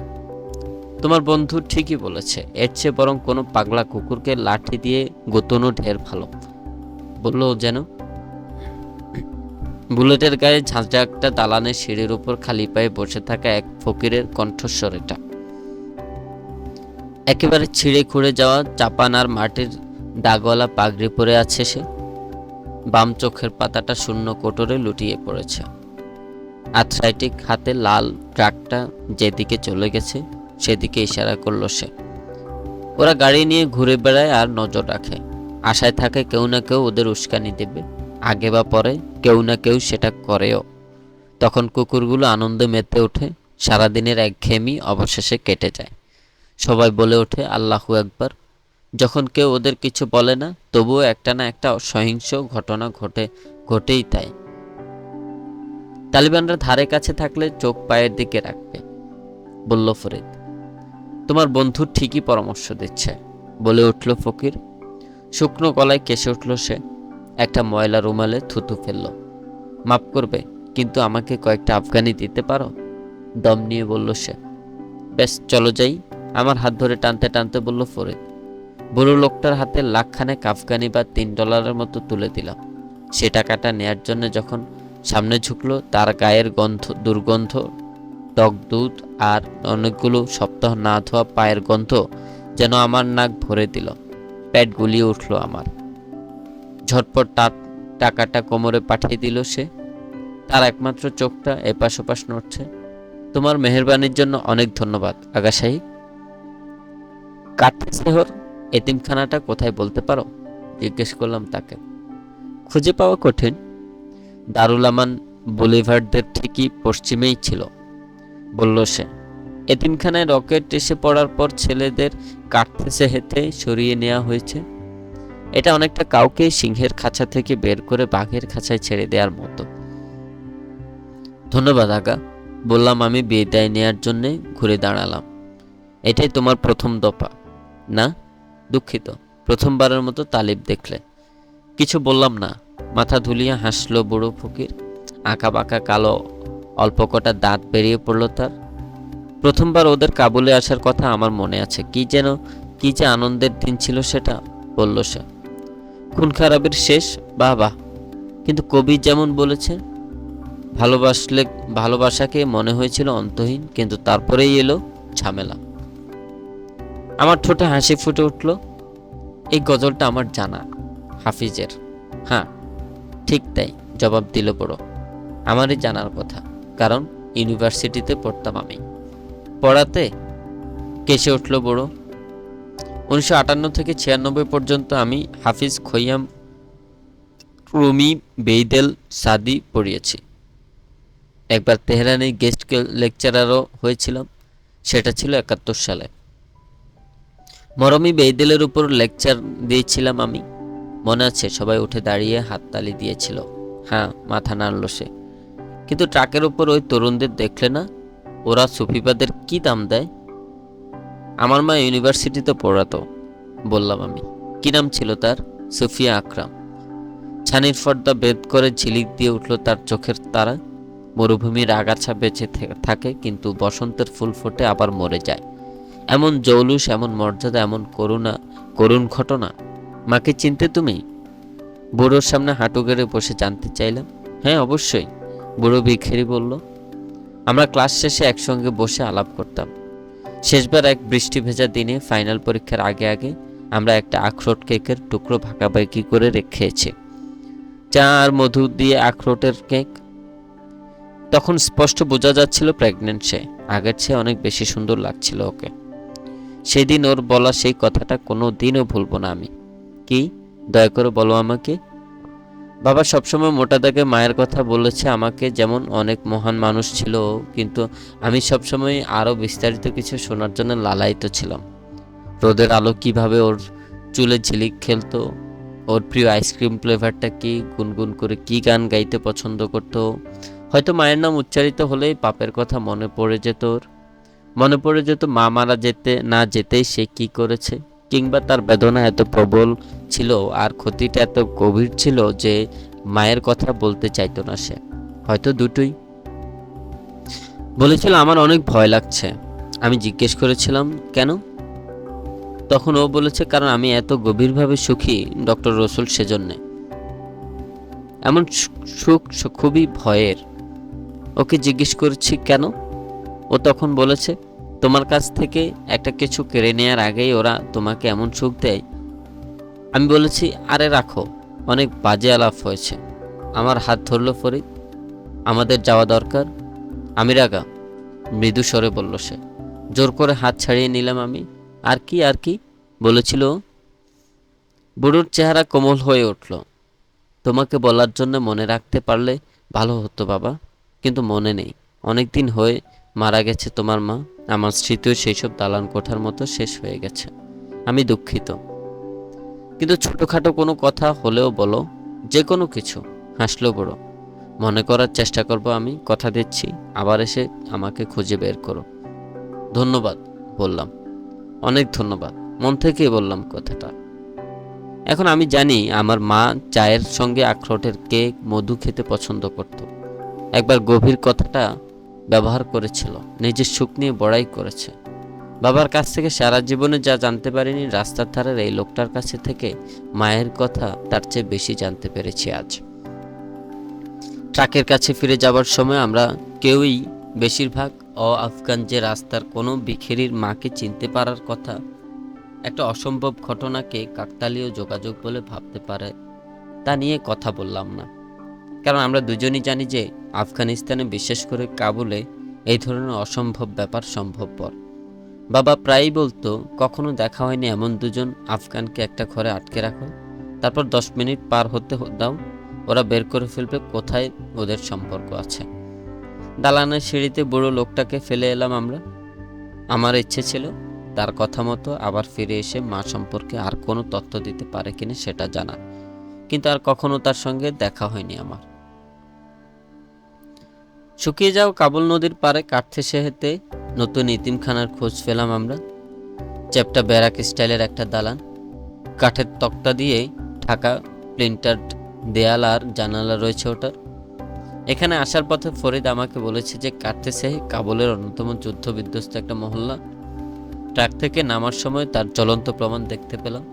খানাখন্দে ক্ষত বিক্ষত, রাস্তার দুপাশে শেলের ঘায়ে ধসে পড়া এবং পরিত্যক্ত দালানের অবশেষ পড়ে আছে। একটা উল্টানো গাড়ির মরচে পড়া কঙ্কাল, আবর্জনা অর্ধেক দেবে থাকা একটা টিভি সেট, কালো রং স্প্রে করে জিন্দাবাদ তালিবান, তালিবান দীর্ঘজীবী হোক লেখা একটা দেয়াল পার হয়ে এলাম আমরা। ছোটোখাটো হ্যাংলা পাতলা গরনের উস্কো খুস্কো দাড়িওয়ালা এক লোক দরজা খুলে দিল। পুরনো টুইডের জ্যাকেট তার পরনে, মাথায় খুলির সঙ্গে ল্যাপটানো টোপি, চোখে ঘষা খাওয়া লেন্সের চশমা, নাকের ওপর ঝুলে আছে। চশমার ওপাশ থেকে মটর দানার মতো ছোট ছোট চোখ জোড়া পালা করে একবার আমার দিকে আরেকবার ফরিদের দিকে তাকালো। আসসালামু আলাইকুম বলল সে। সালাম আলাইকুম বললাম। পোলারয়েডটা দেখলাম তাকে। এই ছেলেটাকে খুঁজছি আমরা। ছবির দিকে দায়সারাভাবে একবার তাকালো সে। দুঃখিত, একে কখনো দেখিনি। দোস্ত, ছবিটার দিকে ভালো করে তাকাওনি তুমি, বলল ফরিদ। ভালো করে একবার দেখো না কেন? লুৎফান, যোগ করলাম আমি। প্লিজ। দরজার ওপাশের লোকটা ছবির দিকে তাকালো, পরখ করলো, আমার কাছে ফিরিয়ে দিল, তারপর না দুঃখিত, এই প্রতিষ্ঠানের প্রত্যেকটা ছেলেকে চিনি আমি, একে চেনা বলে মনে হচ্ছে না। এবার তোমরা অনুমতি দিলে আমি আমার কাজে ফিরে যাই, অনেক কাজ পড়ে আছে। দরজা আটকে তালা আটকে দিল সে। আঙুলের গিট দিয়ে আবার দরজায় আঘাত করলাম। আগা আগা, দয়া করে দরজা খোলো, আমরা কোনো ক্ষতি করতে আসিনি। বলেছি তো এখানে নেই ও। অন্য পাশে এলো কণ্ঠস্বর। এবার দয়া করে যাও। দরজার কাছে এসে কবাটে মাথা রাখলো ফরিদ। দোস্ত, আমরা তালিবানদের কেউ নই, নিচু সতর্ক কণ্ঠে বলল সে। আমার সাথে এই ভদ্রলোক ছেলেটাকে নিরাপদ জায়গায় নিয়ে যেতে চায়। পেশোয়ার থেকে এসেছি আমি, বললাম। আমার এক পুরনো বন্ধু ওখানে এক আমেরিকান পরিবারকে চেনে যারা বাচ্চাদের জন্য একটা দাতব্য প্রতিষ্ঠান চালায়। দরজার ওপাশে লোকটার উপস্থিতি টের পাচ্ছিলাম আমি। ওপাশে দাঁড়িয়ে মনোযোগ দিয়ে শুনছিল, ইতস্তত করছে, সন্দেহ আর আশার দোলাচলে দুলছে। দেখো, সৌরভের বাবাকে আমি চিনতাম, বললাম। ওর নাম হাসান, ওর মায়ের নাম ছিল ফারজানা, দাদিকেও শাসা ডাকত। ও লেখাপড়া জানে, গুলতিতে দারুণ হাত ওর। এই ছেলেটার একটা আশা আছে, আগা, বাঁচার একটা উপায় আছে। দয়া করে দরজাটা খোলো। দরজার ওপাশে কেবলই নীরবতা। আমি ওর সৎ চাচা, বললাম আমি। একটা মুহূর্ত পার হয়ে গেল। তারপর দরজার তালায় চাবি খুলল। ফোকরে দেখা দিল লোকটার সরু চেহারা। পালা করে ফরিদার আমার দিকে তাকালো সে। একটা জিনিস ভুল বলেছ তুমি। কোনটা? গুলতিতেও সেরার সেরা। আমি হাসলাম। ওকে ওই জিনিস থেকে আলাদা করা যায় না। যেখানে যাই ওটা কোমরে গুজে তারপর বের হয়েছে। আমাদের ভেতরে ঢুকতে দিল লোকটা। নিজের পরিচয় দিল জামান বলে, এতিমখানার পরিচালক। তোমাদের আমার অফিসে নিয়ে যাচ্ছি, বলল সে। ম্লান বিষণ্ণ হলওয়ে ধরে ওকে অনুসরণ করে এগোলাম আমরা। জীর্ণ সোয়েটার গায়ে ছোট ছোট বাচ্চারা এখানে ঘোরাঘুরি করছে। ম্যাটেড কার্পেট ছাড়া আর কোনো ফ্লোর কাভারিং নেই।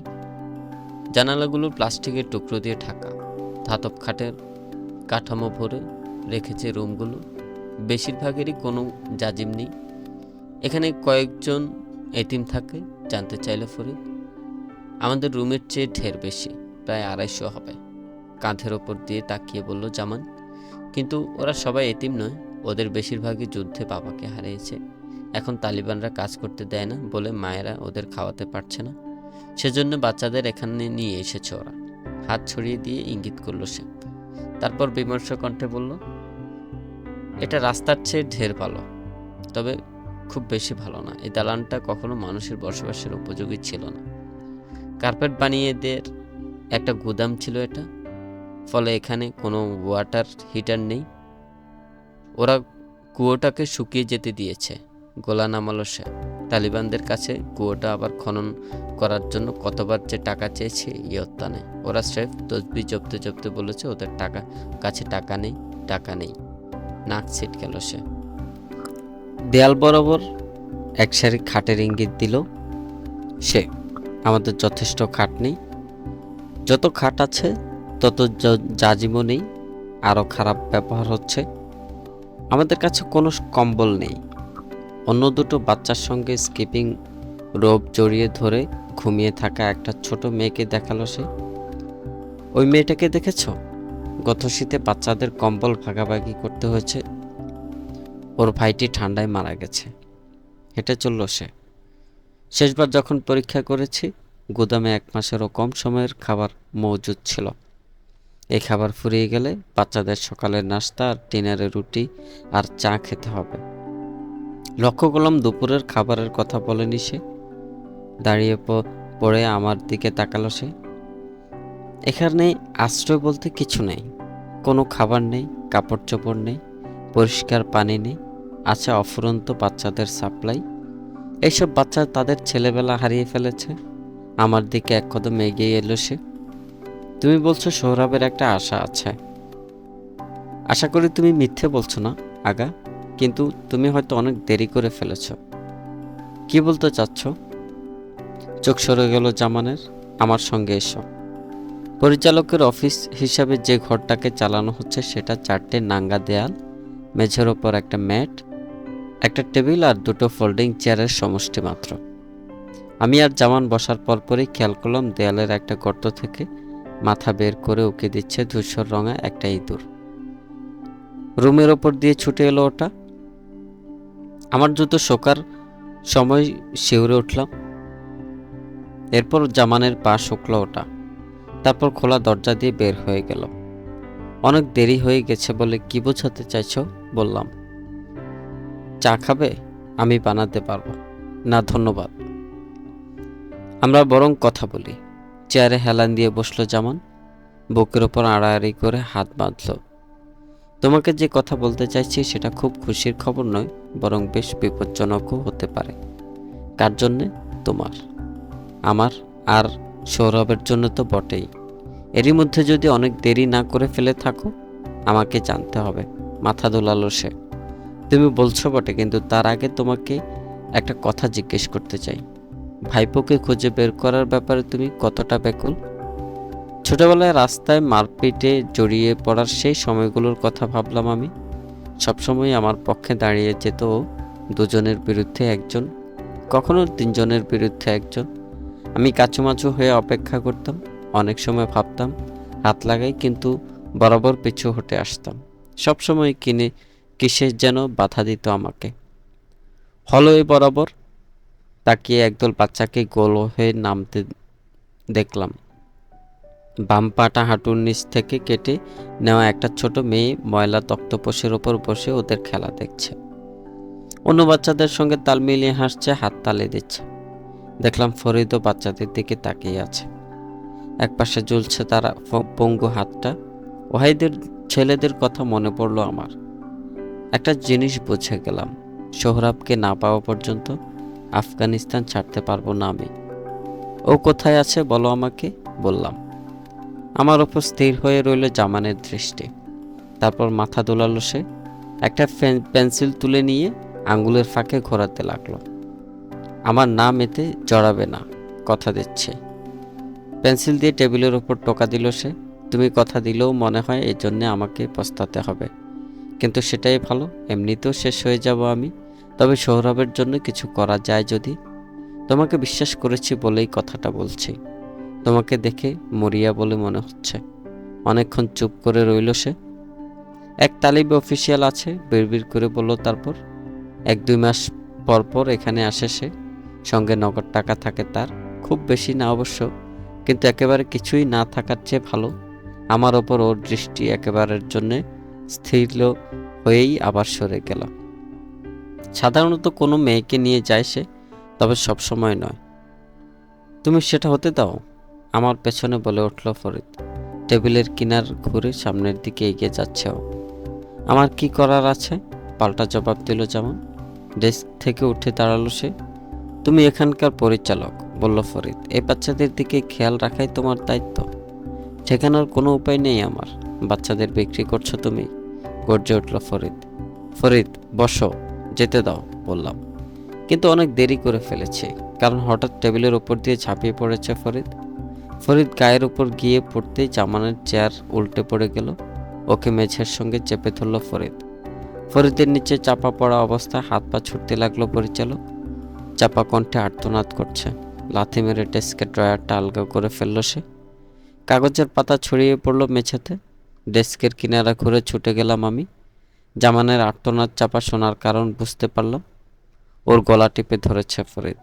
দুহাতে ফরিদের কাঁধ ধরে জোরে টানলাম আমি। আমার কাছ থেকে আর ঝাটকা মেরে সরে গেল ও। অনেক হয়েছে, চিৎকার করে উঠলাম আমি। কিন্তু ফরিদের চেহারা লাল হয়ে আছে, মুখের ওপর থেকে ঠোঁটে সরে গিয়ে গর্জনের ভঙ্গিতে ফাঁক হয়ে আছে। ওকে আমি খুন করব, আমাকে ঠেকাতে পারবে না, খুন করে ফেলব। খেকিয়ে উঠল। নামো ওর উপর থেকে, ওকে খুন করব আমি। ওর গলার আওয়াজে এমন কিছু ছিল যাতে আমার মনে হলো জলদি একটা কিছু না করতে পারলে জীবনের প্রথম খুন দেখার অভিজ্ঞতা হবে আমার। বাচ্চারা দেখছে ফরিদ, ওরা খেয়াল করছে বললাম। আমার হাতের বাঁধনের নিচে শক্ত হয়ে উঠল ওর কাঁধের পেশি। মুহূর্তের জন্য মনে হলো জামানকে শেষ করে ফেলবে ও। তারপর আমার দিকে ফিরল, ছেলে মেয়েদের দেখল। দরজার পাশে নীরবে দাঁড়িয়ে আছে ওরা। পরস্পরের হাত ধরে রেখেছে, কেউ কেউ কাঁদছে। ফরিদের পেশি শিথিল হয়ে আসা টের পেলাম। হাত আলগা করে উঠে দাঁড়ালো, চোখ নামিয়ে জামানের দিকে তাকিয়ে মুখ ভর্তি থুতো ফেলল তার মুখের ওপর।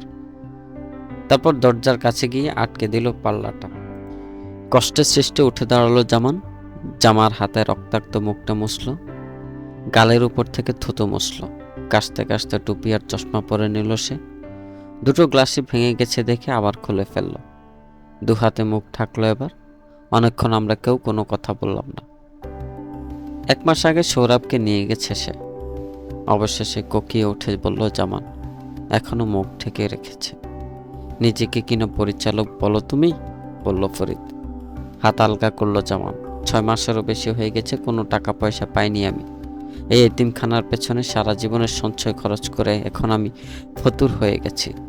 এই হতচ্ছাড়া জায়গাটা চালাতে গিয়ে জীবনে যা কিছু জমিয়েছিলাম, যা কিছু বাবার কাছ থেকে পেয়েছিলাম, সবই শেষ করে ফেলেছি।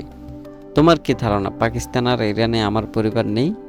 বাকি সবার মতো আমিও পালাতে পারতাম, কিন্তু পালাইনি। ওদের জন্য রয়ে গেছি। দরজার দিকে দেখালো সে। আমি একটা ছেলেকে দিতে অস্বীকার করলে 10টা ছেলেকে নিয়ে যেত সে। তাই একজনকে নিতে দিয়ে বিচারের ভার আল্লাহর হাতে ছেড়ে দিয়েছি। আমি মান সম্মানের মাথা খেয়ে তার নোংরা নাপাক টাকা নিয়েছি। তারপর বাজারে গিয়ে বাচ্চাদের জন্য খাবার কিনে এনেছি। চোখ নামিয়ে নিল ফরিদ। তার নিয়ে যাওয়া বাচ্চাদের কপালে কি ঘটে জিজ্ঞেস করলাম। তর্জনী আর বুড়ো আঙ্গুল চোখ টলল জামান। অনেক সময় ওরা ফিরে আসে। কে সে? তাকে খুঁজে পাবো কিভাবে জানতে চাইলাম। আগামীকাল গাজী স্টেডিয়ামে চলে যাও, হাফ টাইমের সময় পাবে তাকে। কালো সানগ্লাস পরা লোকটা এসে ভাঙা চশমা তুলে নিয়ে ঘোরাতে লাগলো সে। এবার আমি চাই তোমরা চলে যাও। ছেলেরা ভয় পেয়েছে। আমাদের পথ দেখিয়ে বাইরে নিয়ে এলো সে। ট্রাকটা সরে আসার সময় সাইড ভিউ মিররে দেখলাম জামান দাঁড়িয়ে আছে দোরগোড়ায়। একদল ছেলে মেয়ে ঘিরে রেখেছে তাকে। আলগা শার্টের হাতে আঁকড়ে আছে তারা। দেখলাম ভাঙা চশমাটা আবার চোখে লাগাচ্ছে। 21 নদী পেরিয়ে জনাকীর্ণ পশতুনিস্তান স্কোয়ারের ভেতর দিয়ে গাড়ি হাঁকিয়ে এগোতে লাগলাম আমরা। ওখানে কাবাব খাওয়ার জন্য খাইবার রেস্তোরাঁয় নিয়ে যেত আমাকে বাবা। দালানটা এখনো দাঁড়িয়ে আছে, কিন্তু ওটার দরজায় তালা দেওয়া, জানালার পাল্লা নামানো। নাম থেকে কে আর আর হরফ দুটো খোয়া গেছে। রেস্তোরাঁর কাছেই একটা লাশ চোখে পড়ল। একটা ফাঁসির ঘটনা ঘটেছে। একটা বিমের সঙ্গে ঝোলানো দড়ির মাথায় ঝুলছে এক তরুণ। ওর চেহারা ফোলা নীল হয়ে গেছে। জীবনের শেষ দিনে তার পরনের কাপড় চোপড় ছেঁড়া ফাটা রক্তাক্ত। কেউ সেদিকে ভ্রুক্ষেপ করছে বলে মনে হলো না। স্কোয়ারের ভেতর দিয়ে নীরবে ওয়াজির আকবর খানের দিকে এগোতে লাগলাম আমরা। যেদিকেই তাকাচ্ছি ধুলোর একটা ধোঁয়াশা শহর আর রোদের পুরা দালান কোঠাকে ঢেকে রেখেছে যেন। পশতুনিস্তান থেকে কয়েক ব্লক দূরে এসে ব্যস্ত রাস্তার মোড়ে আলাপে মগ্ন দুজন লোকের দিকে ইঙ্গিত করল ফরিদ। একজন এক পায়ে খোঁড়াচ্ছে, হাঁটুর নিচ থেকে তার আরেক পা কেটে ফেলা হয়েছে। বগলতলা একটা নকল পা বয়ে বেড়াচ্ছে সে। ওরা কি করেছে জানো? পা নিয়ে দরাদরি করেছে, নিজের পা বিক্রি করেছে। মাথা দোলাল ফরিদ। কালোবাজারে ভালো দাম পাবে সে। কয়েক সপ্তাহ বাচ্চা কাচ্চাকে খাওয়াতে পারবে। ওয়াজির আকবর খানের বেশিরভাগ বাড়ির ছাদ এখনো অক্ষত আছে দেখে অবাক লাগলো আমার। দেয়ালগুলো দাঁড়িয়ে আছে, আসলে বেশ ভালো অবস্থাতেই আছে ওগুলো। এখনো দেয়ালের উপর দিয়ে নুয়ে পড়েছে গাছপালা, কাঠথেসের পথঘাটের মতো এখানকার রাস্তাগুলো আবর্জনায় ভরে নেই তেমন। কিছু বুলেট ঝাঁঝরা, কিন্তু দুমড়ানো সাইনবোর্ড এখনো পথের দিশা দিচ্ছে। এখানকার অবস্থা তো তত খারাপ না, মন্তব্য করলাম আমি। অবাক হওয়ার কিছু নেই, বেশিরভাগ গণ্যমান্য লোক এখন এখানেই থাকে। তালিবান? ওরাও, বলল ফরিদ। আর কারা? দুপাশে বেশ পরিষ্কার পরিচ্ছন্ন সাইডওয়াক আর দেয়াল ঘেরা বাড়িওয়ালা একটা চওড়া রাস্তা চলে এলো সে। তালিবানদের মদতদাতারা, এই সরকারের আসল বুদ্ধিদাতা, যদি তা বলতে পারো। আরব, চেচেন আর পাকিস্তানিরা, বলল ফরিদ। উত্তর পশ্চিমে ইশারা করলো সে। ওদিকে স্ট্রিট নাম্বার 15কে বলা হয় সড়কি মেহমান, অতিথিদের রাস্তা। এখানে ওদের ওই নামেই ডাকে ওরা। আমার ধারণা এই মেহমানরা একদিন ঠিক কার্পেটের উপরই পেশাব করে দেবে। মনে হয় ওটাই, বললাম। ওদিকে আমি ছোট থাকতে গাইডের কাজ করতো একটা ল্যান্ডমার্ক, সেটার দিকে ইঙ্গিত করলাম আমি। যদি কখনো হারিয়ে যাও বলতো বাবা, মনে রাখবে শেষ মাথায় গোলাপি বাড়িওয়ালা রাস্তাটাই আমাদের বাসার আসার পথ। সুচালো ছাদের ওই গোলাপি বাড়িটাই সেই সময় মহল্লার একমাত্র এই রঙের বাড়ি ছিল, এখনও তাই আছে। সেই রাস্তার বাঁক নিল ফরিদ। সঙ্গে সঙ্গে বাবার বাড়িটা দেখতে পেলাম। উঠোনে বুনো গোলাপের একটা ঝোপের ভেতর ছোট কচ্ছপটাকে খুঁজে পেলাম আমরা। ওটা কি করে এখানে এলো জানতাম না। এত উত্তেজিত ছিলাম যে সেটা নিয়ে মাথাও ঘামাইনি। ওটার খোলে উজ্জ্বল লাল রং লাগিয়ে দিলাম আমরা। এখন আর ঝোপে ছাড়ে সহজে হারিয়ে যাবে না ওটা। আমাদের কাছে মনে হলো আমরা যেন দুই বেপরোয়া অভিযাত্রী দূরের কোনো গহীন জঙ্গলে দানব আকৃতির এক বিশাল প্রাগৈতিহাসিক দৈত্যের দেখা পেয়েছি। সভ্য জগতের মানুষকে দেখাতে নিয়ে আসছি ওটাকে। হাসানের আগের বছরের জন্মদিন উপলক্ষে আলীর বানিয়ে দেওয়া ওয়াগনে উঠে বসলাম আমরা। ভাব করতে লাগলাম এটা একটা বিরাট লোহার খাঁচা, আগুন উগড়ে দেওয়া দানোটাকেও আটকে রেখেছে। ওয়াগনটা টানতে টানতে ঘাসের উপর দিয়ে এগোতে লাগলাম আমরা। আমাদের আশপাশে আপেল আর চেরি গাছের সারি, মেঘ ছোঁয়া স্কাই স্ক্র্যাপারের পরিণত হলো ওগুলো। হাজার হাজার জানালা দিয়ে অসংখ্য চেহারা উঁকে দিচ্ছে। ওদের চোখের সামনে দিয়ে চলে যাওয়া অভূতপূর্ব দৃশ্য লক্ষ্য করছে। একটা ডুমুর গাছের ছোপের কাছে বাবার বানানো অর্ধচন্দ্রাকৃত ব্রিজটা পর হলাম আমরা। দুটো শহরকে মিলিয়ে দেওয়া একটা বিরাট সেতুতে পরিণত হলো ওটা। ওটার নিচের এক ছোট পুকুরটা হয়ে গেল ফেনিল কোনো সাগর। ব্রিজের বিশাল পাইপলাইনের ওপর আতশবাজির বিস্ফোরণ ঘটছে। সশস্ত্র সৈনিকরা আকাশে বিরাট বিরাট ইস্পাতের তাল ছুড়ে দেওয়ার সময় স্যালুট করছে আমাদের।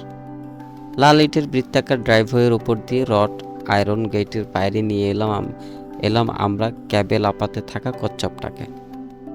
দাঁড়িয়ে দাঁড়িয়ে আমাদের সম্মান দেখাচ্ছিল দুনিয়ার সব নেতারা। তাদের স্যালুটের জবাব দিলাম। আমি আর হাসান হচ্ছি জগৎ বিখ্যাত অভিযাত্রী। এই দুঃসাহসিক অভিযানের জন্য মেডেল পেতে যাচ্ছে। রোদের অত্যাচারে ম্লান হয়ে যাওয়া ইটের ফাঁকে ফাঁকে আগাছা জন্মেছে এখন। সসংকোচে ড্রাইভওয়ে ধরে আগে বাড়লাম আমি। বাবার বাড়ির গেটের বাইরে দাঁড়ালাম। নিজেকে আগন্তুক বলে মনে হচ্ছে। মরচে পড়া গড়াদের ওপর হাত রেখে মনে মনে ভাবলাম, এই গেট দিয়েই কত হাজার পার ছেলেবেলায় এমন সব জিনিসের জন্য আসা যাওয়া করেছে, এখন যেগুলোর আর কোনো মূল্য নেই, কিন্তু তারপরেও অনেক গুরুত্বপূর্ণ মনে হচ্ছে। গেটে ধাক্কা দিলাম। গেট থেকে উঠোনের দিকে চলে যাওয়া ড্রাইভওয়ের এক্সটেনশনকে এখন আর আগের মতো লম্বা চওড়া বলে মনে হলো না। এখানে আমি আর হাসান গ্রীষ্মকাল এলেই পালা করে বাইক চালাতাম। বিদ্যুৎ রেখার মতো ফেটে গেছে অ্যাসফল্ট ফাঁকে ফোকরে, আর আরও আগাছা মাথা চাড়া দিয়ে উঠেছে। বেশিরভাগ পপুলার গাছই কেটে ফেলা হয়েছে। পড়শিদের বাড়িতে আয়না দিয়ে সূর্যের আলো ঠিকরে পাঠাতে এই গাছের মাথায় চড়তাম আমি আর হাসান। এখনও যেগুলো দাঁড়িয়ে আছে সেগুলোর কোনো পাতা নেই। রোগা ভুট্টার দেয়ালটা এখনও আছে, যদিও এখন ওই দেয়াল বরাবর রোগা বা অন্য কোনো রকম কোনো ভুট্টা চোখে পড়ল না। দেয়ালের রং খসে পড়তে শুরু করেছে, কিছু কিছু অংশে এরই মধ্যে খসে পড়েছে। লনটা শহরের উপর ভেসে থাকা সেই একই রকম ধোঁয়াশার একটা মেঘে পরিণত হয়েছে। কোথাও কোথাও এক চিলিতে জমিন রয়েছে যেখানে কোনো কিছু জন্মায়নি। ড্রাইভওয়েতে একটা জিপ দাঁড়িয়ে আছে। এটাকেই কেবল বেমানান মনে হলো। এখানে বাবার কালো মাস্টাংটা থাকতো। অনেকগুলো বছর মাস্টাংয়ের 8 সিলিন্ডারের ইঞ্জিন রোজ সকালে গর্জে উঠে আমাকে ঘুম থেকে জাগিয়ে তুলেছে। দেখতে পেলাম জিপের নিচে তেল চুইয়ে পড়ে রসার চাক কালির বিরাট একটা দাগের মতো ড্রাইভওয়েতে দাগ ফেলে দিয়েছে। জিপের ওপাশে কাত হয়ে পড়ে আছে একটা খালি ঠেলা গাড়ি। ড্রাইভওয়ের বাম পাশে বাবা আর আলীর লাগানো গোলাপ ছোপের কোনো চিহ্ন চোখে পড়ল না। খালি অ্যাসফল্টের উপর মাটি স্তূপ হয়ে আছে আর আগাছা। আমার পেছনে দুবার হর্ন বাজালো ফরিদ। আমাদের যাওয়া উচিত আগা, কারো চোখে পড়ে যাব আমরা। গলা চড়িয়ে বলল, আর একটা মিনিট, বললাম আমি। আমার ছেলেবেলার সেই ছড়ানো সাদা ম্যানশন আর নেই এখন বাড়িটা। ওটার ছাদ বসে গেছে, পলিস্তারা খসে পড়েছে। লিভিং রুম, ফয়ে, ওপর তলার গেস্ট রুমের জানালাগুলো ভেঙে গেছে। কোনো মতে সাদা প্লাস্টিকের শিট বা পেরেক দিয়ে কাঠের বোর্ড আটকে বন্ধ করে রাখা হয়েছে ওগুলো।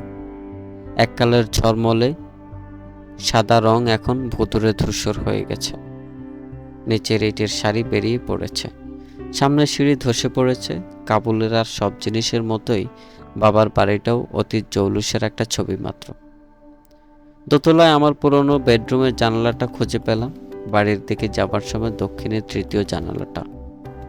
আঙুলের উপর ভর দিয়ে দাঁড়ালাম।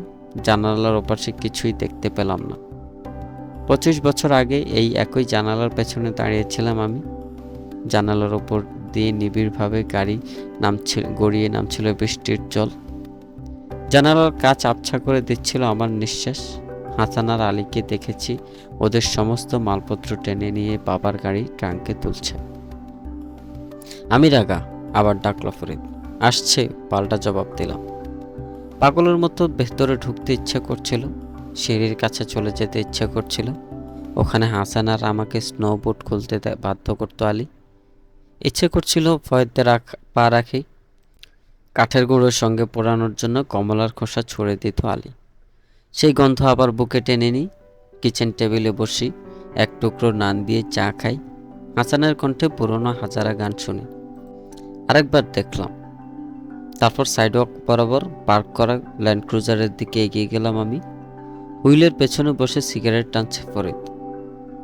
আমাকে আরেকটা জিনিস খুঁজতে হবে, ওকে বললাম। একটু তাড়াতাড়ি করবে? 10 মিনিট সময় দাও আমাকে।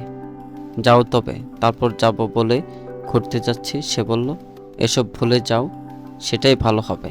কিসের জন্যে? সামনে বাড়ার জন্যে, বলল ফরিদ। জানালা দিয়ে সিগারেটটা ফেলে দিল সে। আর কি দেখা বাকি আছে তোমার? তোমার কষ্ট কমিয়ে দিচ্ছি আমি। তোমার স্মৃতির কোনো কিছুই এখন আর টিকে নেই, ভুলে যাওয়াই ভালো।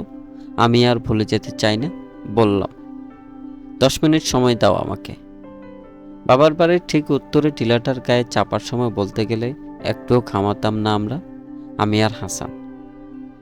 পাহাড়ের কোলে একে অন্যকে তাড়া করে বা ঢালে বসে থাকতাম। এখান থেকে দূরের এয়ারপোর্টটা বেশ ভালো করে দেখা যায়।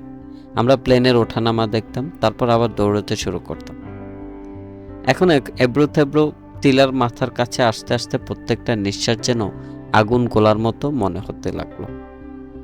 মুখ পেয়ে ঘাম গড়িয়ে পড়ছে। কিছুক্ষণ দাঁড়িয়ে রইলাম, মুখ দিয়ে শোঁ শোঁ আওয়াজ বের হচ্ছে। আমার শরীরে একপাশে একটা সেলাই রয়েছে। তারপর পরিত্যক্ত কবরস্থানের খোঁজে আগে বাড়লাম। খুঁজে পেতে দেরি হলো না, এখনও আছে, সেই পুরনো ডালিম গাছটাও আছে। কবরস্থানের ধূসর পাথুরে গেটের উপর ঠেস দিয়ে দাঁড়ালাম। এখানে হাসান ওর মাকে কবর দিয়েছে। কবজাতে ঝুলন্ত পুরনো ধাতব গেট এখন আর নেই। কবরকে দখল করে নেওয়া আগাছার দঙ্গলের ভেতর স্মৃতি ফলকটা দেখা যায় কি যায় না। কবরস্থানের চারপাশের নিচু দেয়ালের ওপর বসে আছে এক জোড়া কাক। হাসান ওর চিঠিতে লিখেছে, ডালিম গাছে এখন আর ফল ধরে না। নুয়ে পড়া পাতাহীন গাছটার দিকে তাকিয়ে আর কখনো ওতে ফল ধরবে বলেই মনে হলো না। ওটার নিচে দাঁড়িয়ে রইলাম। মনে পড়লো কতবার ওঠায় চড়েছি, ডালের ওপর পা চড়িয়ে বসে থেকেছি। পাতার ফাঁক দিয়ে রোদ এসে পড়েছে আমাদের মুখের ওপর। ডালিমের টকটক স্বাদ যেন আমার মুখে ভরে তুলল। হাঁটু ভেঙে বসে পড়লাম, গাছের গায়ে হাত বোলালাম। যা খুঁজছিলাম পেয়ে গেলাম। খোদাইটা কমে এসেছে, প্রায় মুছেই গেছে বলা চলে। তবে এখনো আছে, আমি আর হাসান, কাবুলের সুলতান।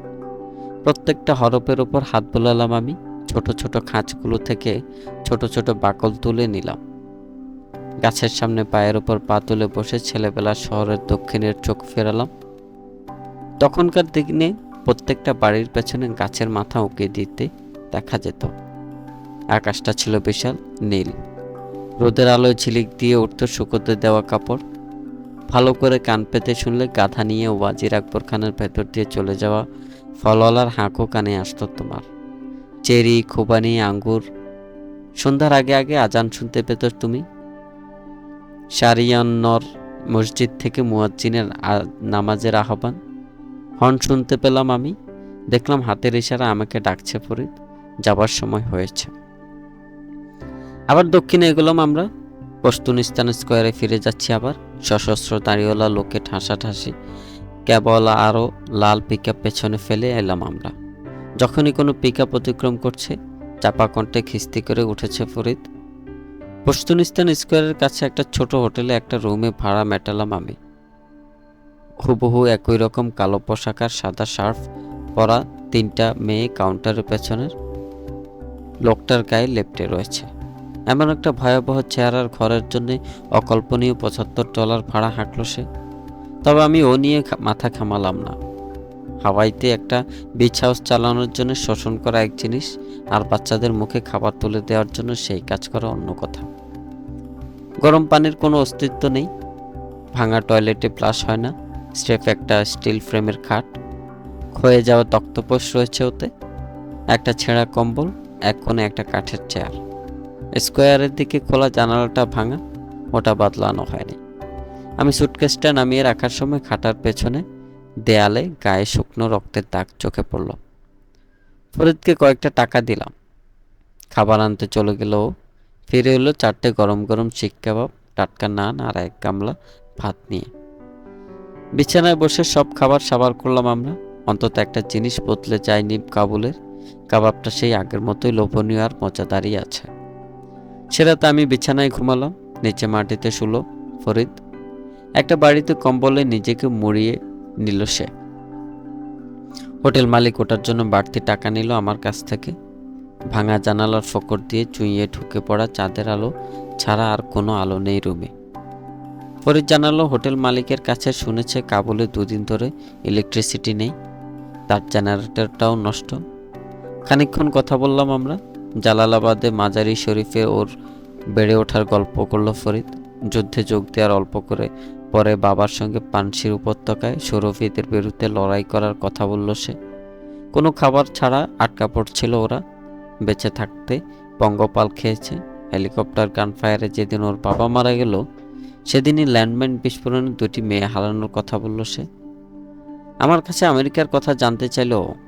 ওকে বললাম আমেরিকায় তুমি যে কোনো মুদি দোকানে ঢুকে 15 থেকে 20 পদের পছন্দসই সিরিয়াল কিনতে পারো। ভেড়ার মাংস সবসময় টাটকা, দুধ পাবে ঠান্ডা, ফলের ছড়াছড়ি, পানি একেবারে টলটলে। প্রত্যেক বাসায় টিভি রয়েছে, প্রত্যেক টিভির রয়েছে রিমোট। চাইলে একটা স্যাটেলাইট ডিশ নিতে পারো তুমি। 500-রও বেশি চ্যানেল দেখতে পারো। 500! চেঁচিয়ে উঠল ফরিদ। 500!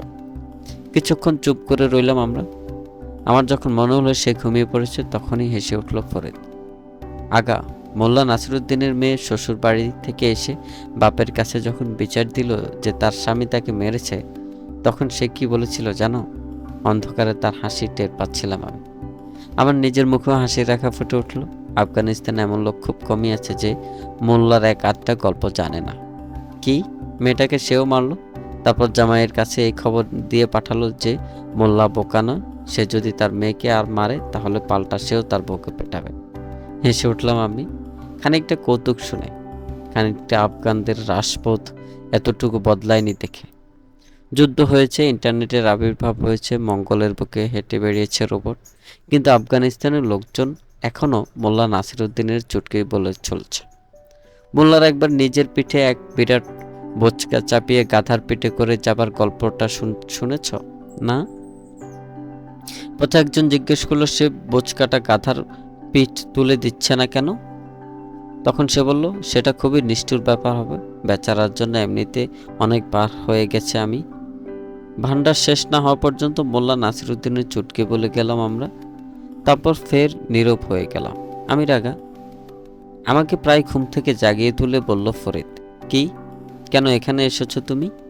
আসলে কেন এসেছো তুমি? বলেছি তো, ছেলেটার জন্য। ছেলেটার জন্যে? মেঝের উপর নড়ে উঠল ফরিদ। বিশ্বাস করা কঠিন। অনেক সময় নিজেরই বিশ্বাস হচ্ছে না যে আমি এখানে এসেছি। না, বলতে চাইছি ওই ছেলেটা কেন সে আমেরিকা থেকে এত দূর এসেছে একটা শিয়া ছেলের জন্য। একথা আমার ভেতর সব হাসি ফুরিয়ে গেল, পালিয়ে গেল ঘুমও। আমি ক্লান্ত, বললাম, নাও একটু ঘুমিয়ে নাও, নেওয়া যাক। অচিরে ফরিদের নাক ডাকার আওয়াজে ভরে উঠল গোটা ঘর। জেগে রইলাম আমি। বুকের ওপর হাত রেখে জানালার ফাঁক দিয়ে তারা জ্বলা রাতের দিকে তাকিয়ে থাকলাম। ভাবতে লাগলাম আফগানিস্তান সম্পর্কে লোকের কথাগুলো হয়তো ঠিক, হয়তো এটা একটা আশাহীন জায়গা। আমরা যখন এন্ট্রান্স টানেল দিয়ে ঢুকছি গাজী স্টেডিয়াম, তখন লোকে লোকারণ্য। কংক্রিটের টেরেসে হাজার হাজার লোক ভিড় করে আছে। আইলে খেলছে ছেলেরা, একে অপরকে ধাওয়া করছে সিঁড়ির ধাপে। মশলাদার সসে ভেজানো গার্বাঞ্জ সিমের গন্ধ ভাসছে বাতাসে, ঘাম আর গোবরের গন্ধের সঙ্গে মিশে যাচ্ছে। সিগারেট, পাইন বাদাম আর বিস্কুটওয়ালাদের জটলা পার হয়ে এগিয়ে গেলাম আমি আর ফরিদ। টুইডের ছেঁড়া জ্যাকেট পরা একটা হাট টি-শার্ট ছেলে আমার কনুই ধরে কানের কাছে ফিসফিস করে কয়েকটা সেক্সি ছবি লাগবে কিনা জানতে চাইল। দারুণ সেক্সি আগা, বলল সে। সতর্ক চোখে বারবার এদিক ওদিক দেখছে।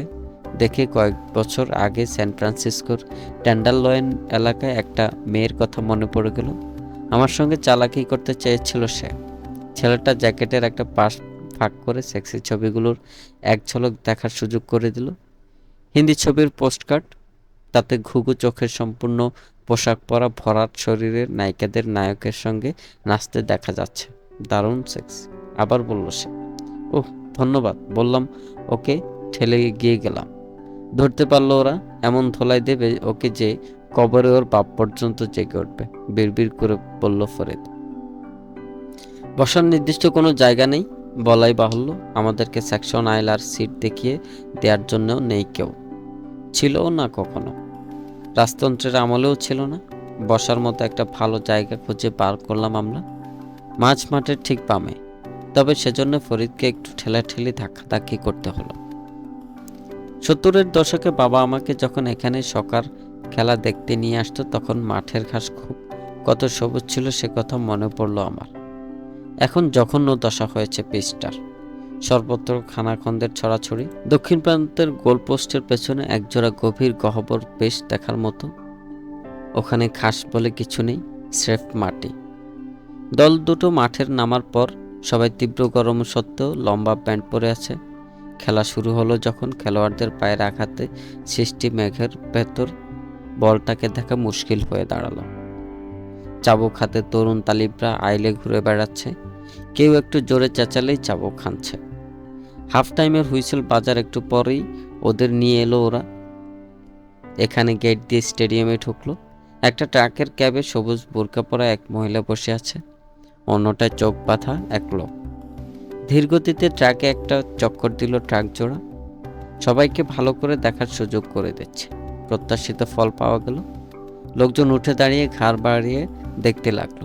আমার পাশে ফরিদের কণ্ঠমণি ওঠানামা করছে, চাপার স্বরে দোয়া পড়ছে ও। খেলার মাঠে ঢুকে একজোড়া ধুলির মেঘ উড়িয়ে এক প্রান্তে এগিয়ে গেল ট্রাক দুটো। সূর্যের আলো ঠেকতে যাচ্ছে ওগুলোর হাফ ক্যাপে। মাঠের শেষ মাথায় তৃতীয় একটা ট্রাক যোগ দিল ওগুলোর সঙ্গে।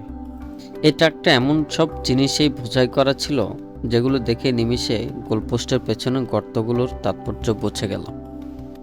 তৃতীয় ট্রাকের মাল নামালো ওরা। প্রত্যাশায় বিড়বিড় করে উঠল জনতা। থাকতে চাও? গম্ভীর স্বরে জানতে চাইল ফরিদ। না বললাম। জীবনে আর কখনো কোনো জায়গা ছেড়ে এভাবে চলে যেতে চাইনি আমি, কিন্তু আমাদের থাকতে হবে।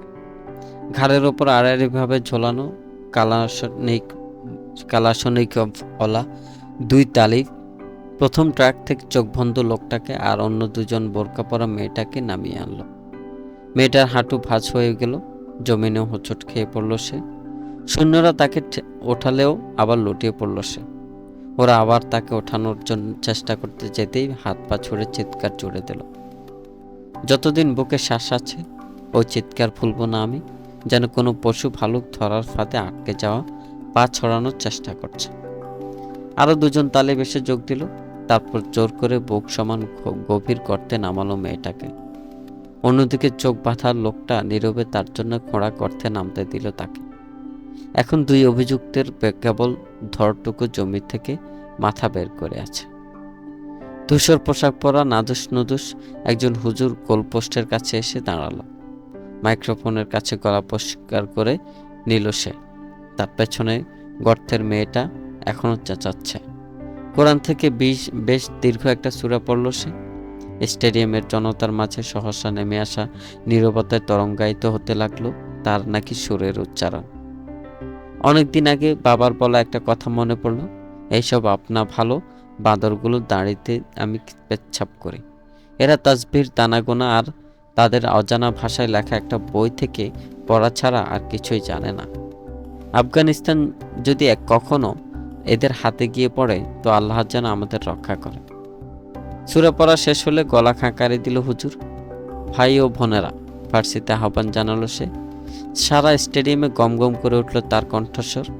আজ আমরা এখানে সমবেত হয়েছি শরিয়া পালন করার জন্যে। আমরা এখানে এসেছি ন্যায় বিচার প্রতিষ্ঠা করতে। আজ আমরা এখানে এসেছি কারণ এই আফগানিস্তানে আমাদের প্রাণপ্রিয় মাতৃভূমিতে আল্লাহর ইচ্ছায় এবং হযরত মুহাম্মদ সাল্লাল্লাহু আলাইহি সাল্লামের বাণী আজও জীবিত আছে।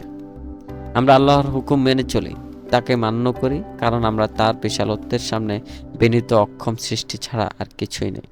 আর আল্লাহ কি বলেছেন? তোমাদের জিজ্ঞেস করছি, আল্লাহ কি বলেছেন? আল্লাহ বলেছেন প্রত্যেক গুনাহগারকে তার গুনাহের উপযুক্ত শাস্তি দিতে হবে এসব আমার কথা নয়, আমার কোনো বন্ধুর কথাও নয়, এগুলো আল্লাহর কথা। মুক্ত হাত দিয়ে আকাশের দিকে ইঙ্গিত করলো সে। আমার মাথার ভেতর দপদপ করছিল, অসম্ভব প্রখর ঠেকছিল সূর্যের আলো। প্রত্যেক গুনাহগার তার গুনাহের উপযুক্ত শাস্তি দিতে হবে। গলা নিচু করে মাইক পুনরাবৃত্ত করলো হুজুর। আস্তে নাটকীয়ভাবে উচ্চারণ করছে প্রত্যেকটা শব্দ। তা ভাই ও বোনেরা, ব্যভিচারীর জন্য কোনো শাস্তি উপযুক্ত? যারা বৈবাহিক সম্পর্কের অমর্যাদা করে তাদের কিভাবে সাজা দেব আমরা? যারা আল্লাহর মুখে থুতু ফেলে দেয় তাদের মোকাবিলা কিভাবে করব? যারা আল্লাহর ঘর লক্ষ্য করে পাথর ছোড়ে কিভাবে তাদের জবাব দেব? আমরা পাল্টা পাথর ছুড়ব। মাইক্রোফোন বন্ধ করে দিল সে। জনতার ভেতর নিচু লয়ের একটা গুঞ্জন ধ্বনি ছড়িয়ে পড়ল। আমার পাশে বসে মাথা নাড়ছে লো ফরিদ। এরা নিজেদের মুসলিম দাবি করে, ফিসফিস করে বলল। এবার লম্বা চওড়া কাঁধের এক লোক বের হয়ে এলো পিকআপ ট্রাক থেকে। তাকে দেখে দর্শকদের ভেতর উল্লাস ধ্বনি সৃষ্টি হলো। এবার জোরে চেঁচানোর জন্য কাউকে চাবুক পেটা করা হলো না। বিকেলের রোদে লম্বা লোকটার ঝলমলে সাদা পোশাক ঝিলিক মারছে। হাওয়ায় উঠছে তার শার্টের ঢিলে হাতা। ক্রসের ওপর জেসাসের মতো দুপাশে দুই হাত মেলে রেখেছে সে। ধীরে একটা চক্কর খেয়ে জনতাকে অভিবাদন জানালো সে। তার চেহারা আমাদের সেকশনের দিকে ফিরতে দেখলাম গাঢ় সানগ্লাস পরে আছে সে। জন লেনন যেমন পড়ত। এটাই নিশ্চয়ই আমাদের লোক, বলল ফরিদ। সানগ্লাস পরা লম্বা তালিব তৃতীয় টাক থেকে নামানোর পরের স্তূপের কাছে এগিয়ে গেল। একটা পাথর তুলে নিয়ে দর্শকদের দেখালো। শোরগোল থেমে গেল। তার জায়গা দখল করে একটা গুঞ্জন ধ্বনি ছড়িয়ে পড়ল সারা স্টেডিয়ামে। ঘাড় ফিরিয়ে তাকিয়ে দেখলাম সবাই চুকুচুক শব্দ করছে। অবিশ্বাস্যভাবে ঢিবির উপর দাঁড়ানো বেসবল পিচারের মতো লাগছে তালিবকে। গর্তে দাঁড়ানো চোখ বন্ধ লোকটার দিকে পাথর ছুঁড়ে মারল সে। আবার আর্তনাদ করে উঠল মেয়েটা। জনতার মাঝে পাথর নিক্ষেপের সঙ্গে তাল মিলিয়ে ওহ ধ্বনি উঠতে লাগলো। কিছুক্ষণ চলল এভাবে। ওরা চুপ করলে ফরিদকে জিজ্ঞেস করলাম ব্যাপারটা চুকে গেছে কিনা। ও বলল না, মনে হয় লোকজনের গলা শুকিয়ে গেছে। জানি না কতক্ষণ দু হাতে মুখ ঢেকে বসেছিলাম আমি। মনে আছে আশেপাশের লোকেরা যখন মর্দ মর্দ মরেছে জিজ্ঞেস করতে লাগলো, তখন চোখ মেলে তাকিয়েছিলাম। গর্তের লোকটা এখন মাংস আর ছেঁড়া ফাটা কাপড়ের একটা পিণ্ড মাত্র। বুকের ওপর ঝুলে পড়েছে তার মাথাটা। জন লেননের সানগ্লাস পরা তালিব গর্তের পাশে হাঁটু গেড়ে বসে থাকা আরেকটা লোকের দিকে তাকিয়ে আছে। একটা পাথর হাতে চালাচালি করছে সে। হাঁটু গেড়ে বসে থাকা লোকটার কানে স্ট্যাটোস্কোপের শেষ প্রান্তটা লাগানো। অন্য প্রান্তটা গর্তের লোকটার বুকে চেপে ধরে রেখেছে। কান থেকে স্ট্যাটোস্কোপ সরিয়ে নিল সে। সানগ্লাস পরা তালিবের উদ্দেশ্যে মাথা নাড়ল। গঙ্গিয়ে উঠল জনতা। আবার পাথরের স্তূপের দিকে এগিয়ে গেল জন লেনন। সবকিছু চুকে বুকে যাবার পর যখন রক্তাক্ত লাশগুলো নিহাত অবহেলা ভরে আবার লাল পিকআপ ট্রাকে ছুড়ে দেওয়া হলো। দুটো আলাদা পিকআপের শোফেল হাতে কয়েকজন লোক দ্রুত এগিয়ে এসে গর্তগুলো ভরাট করে ফেলল। ওদের একজন নিরাসক্তভাবে লাথি মেরে বেশ বড়সড় একটা রক্তের দাগ মাটির ঠেলা দিয়ে থাকার চেষ্টা চালালো। কয়েক মিনিট বাদে খেলোয়াড়দের দল আবার ফিরে এলো মাঠে। সেকেন্ড হাফের খেলা শুরু হলো।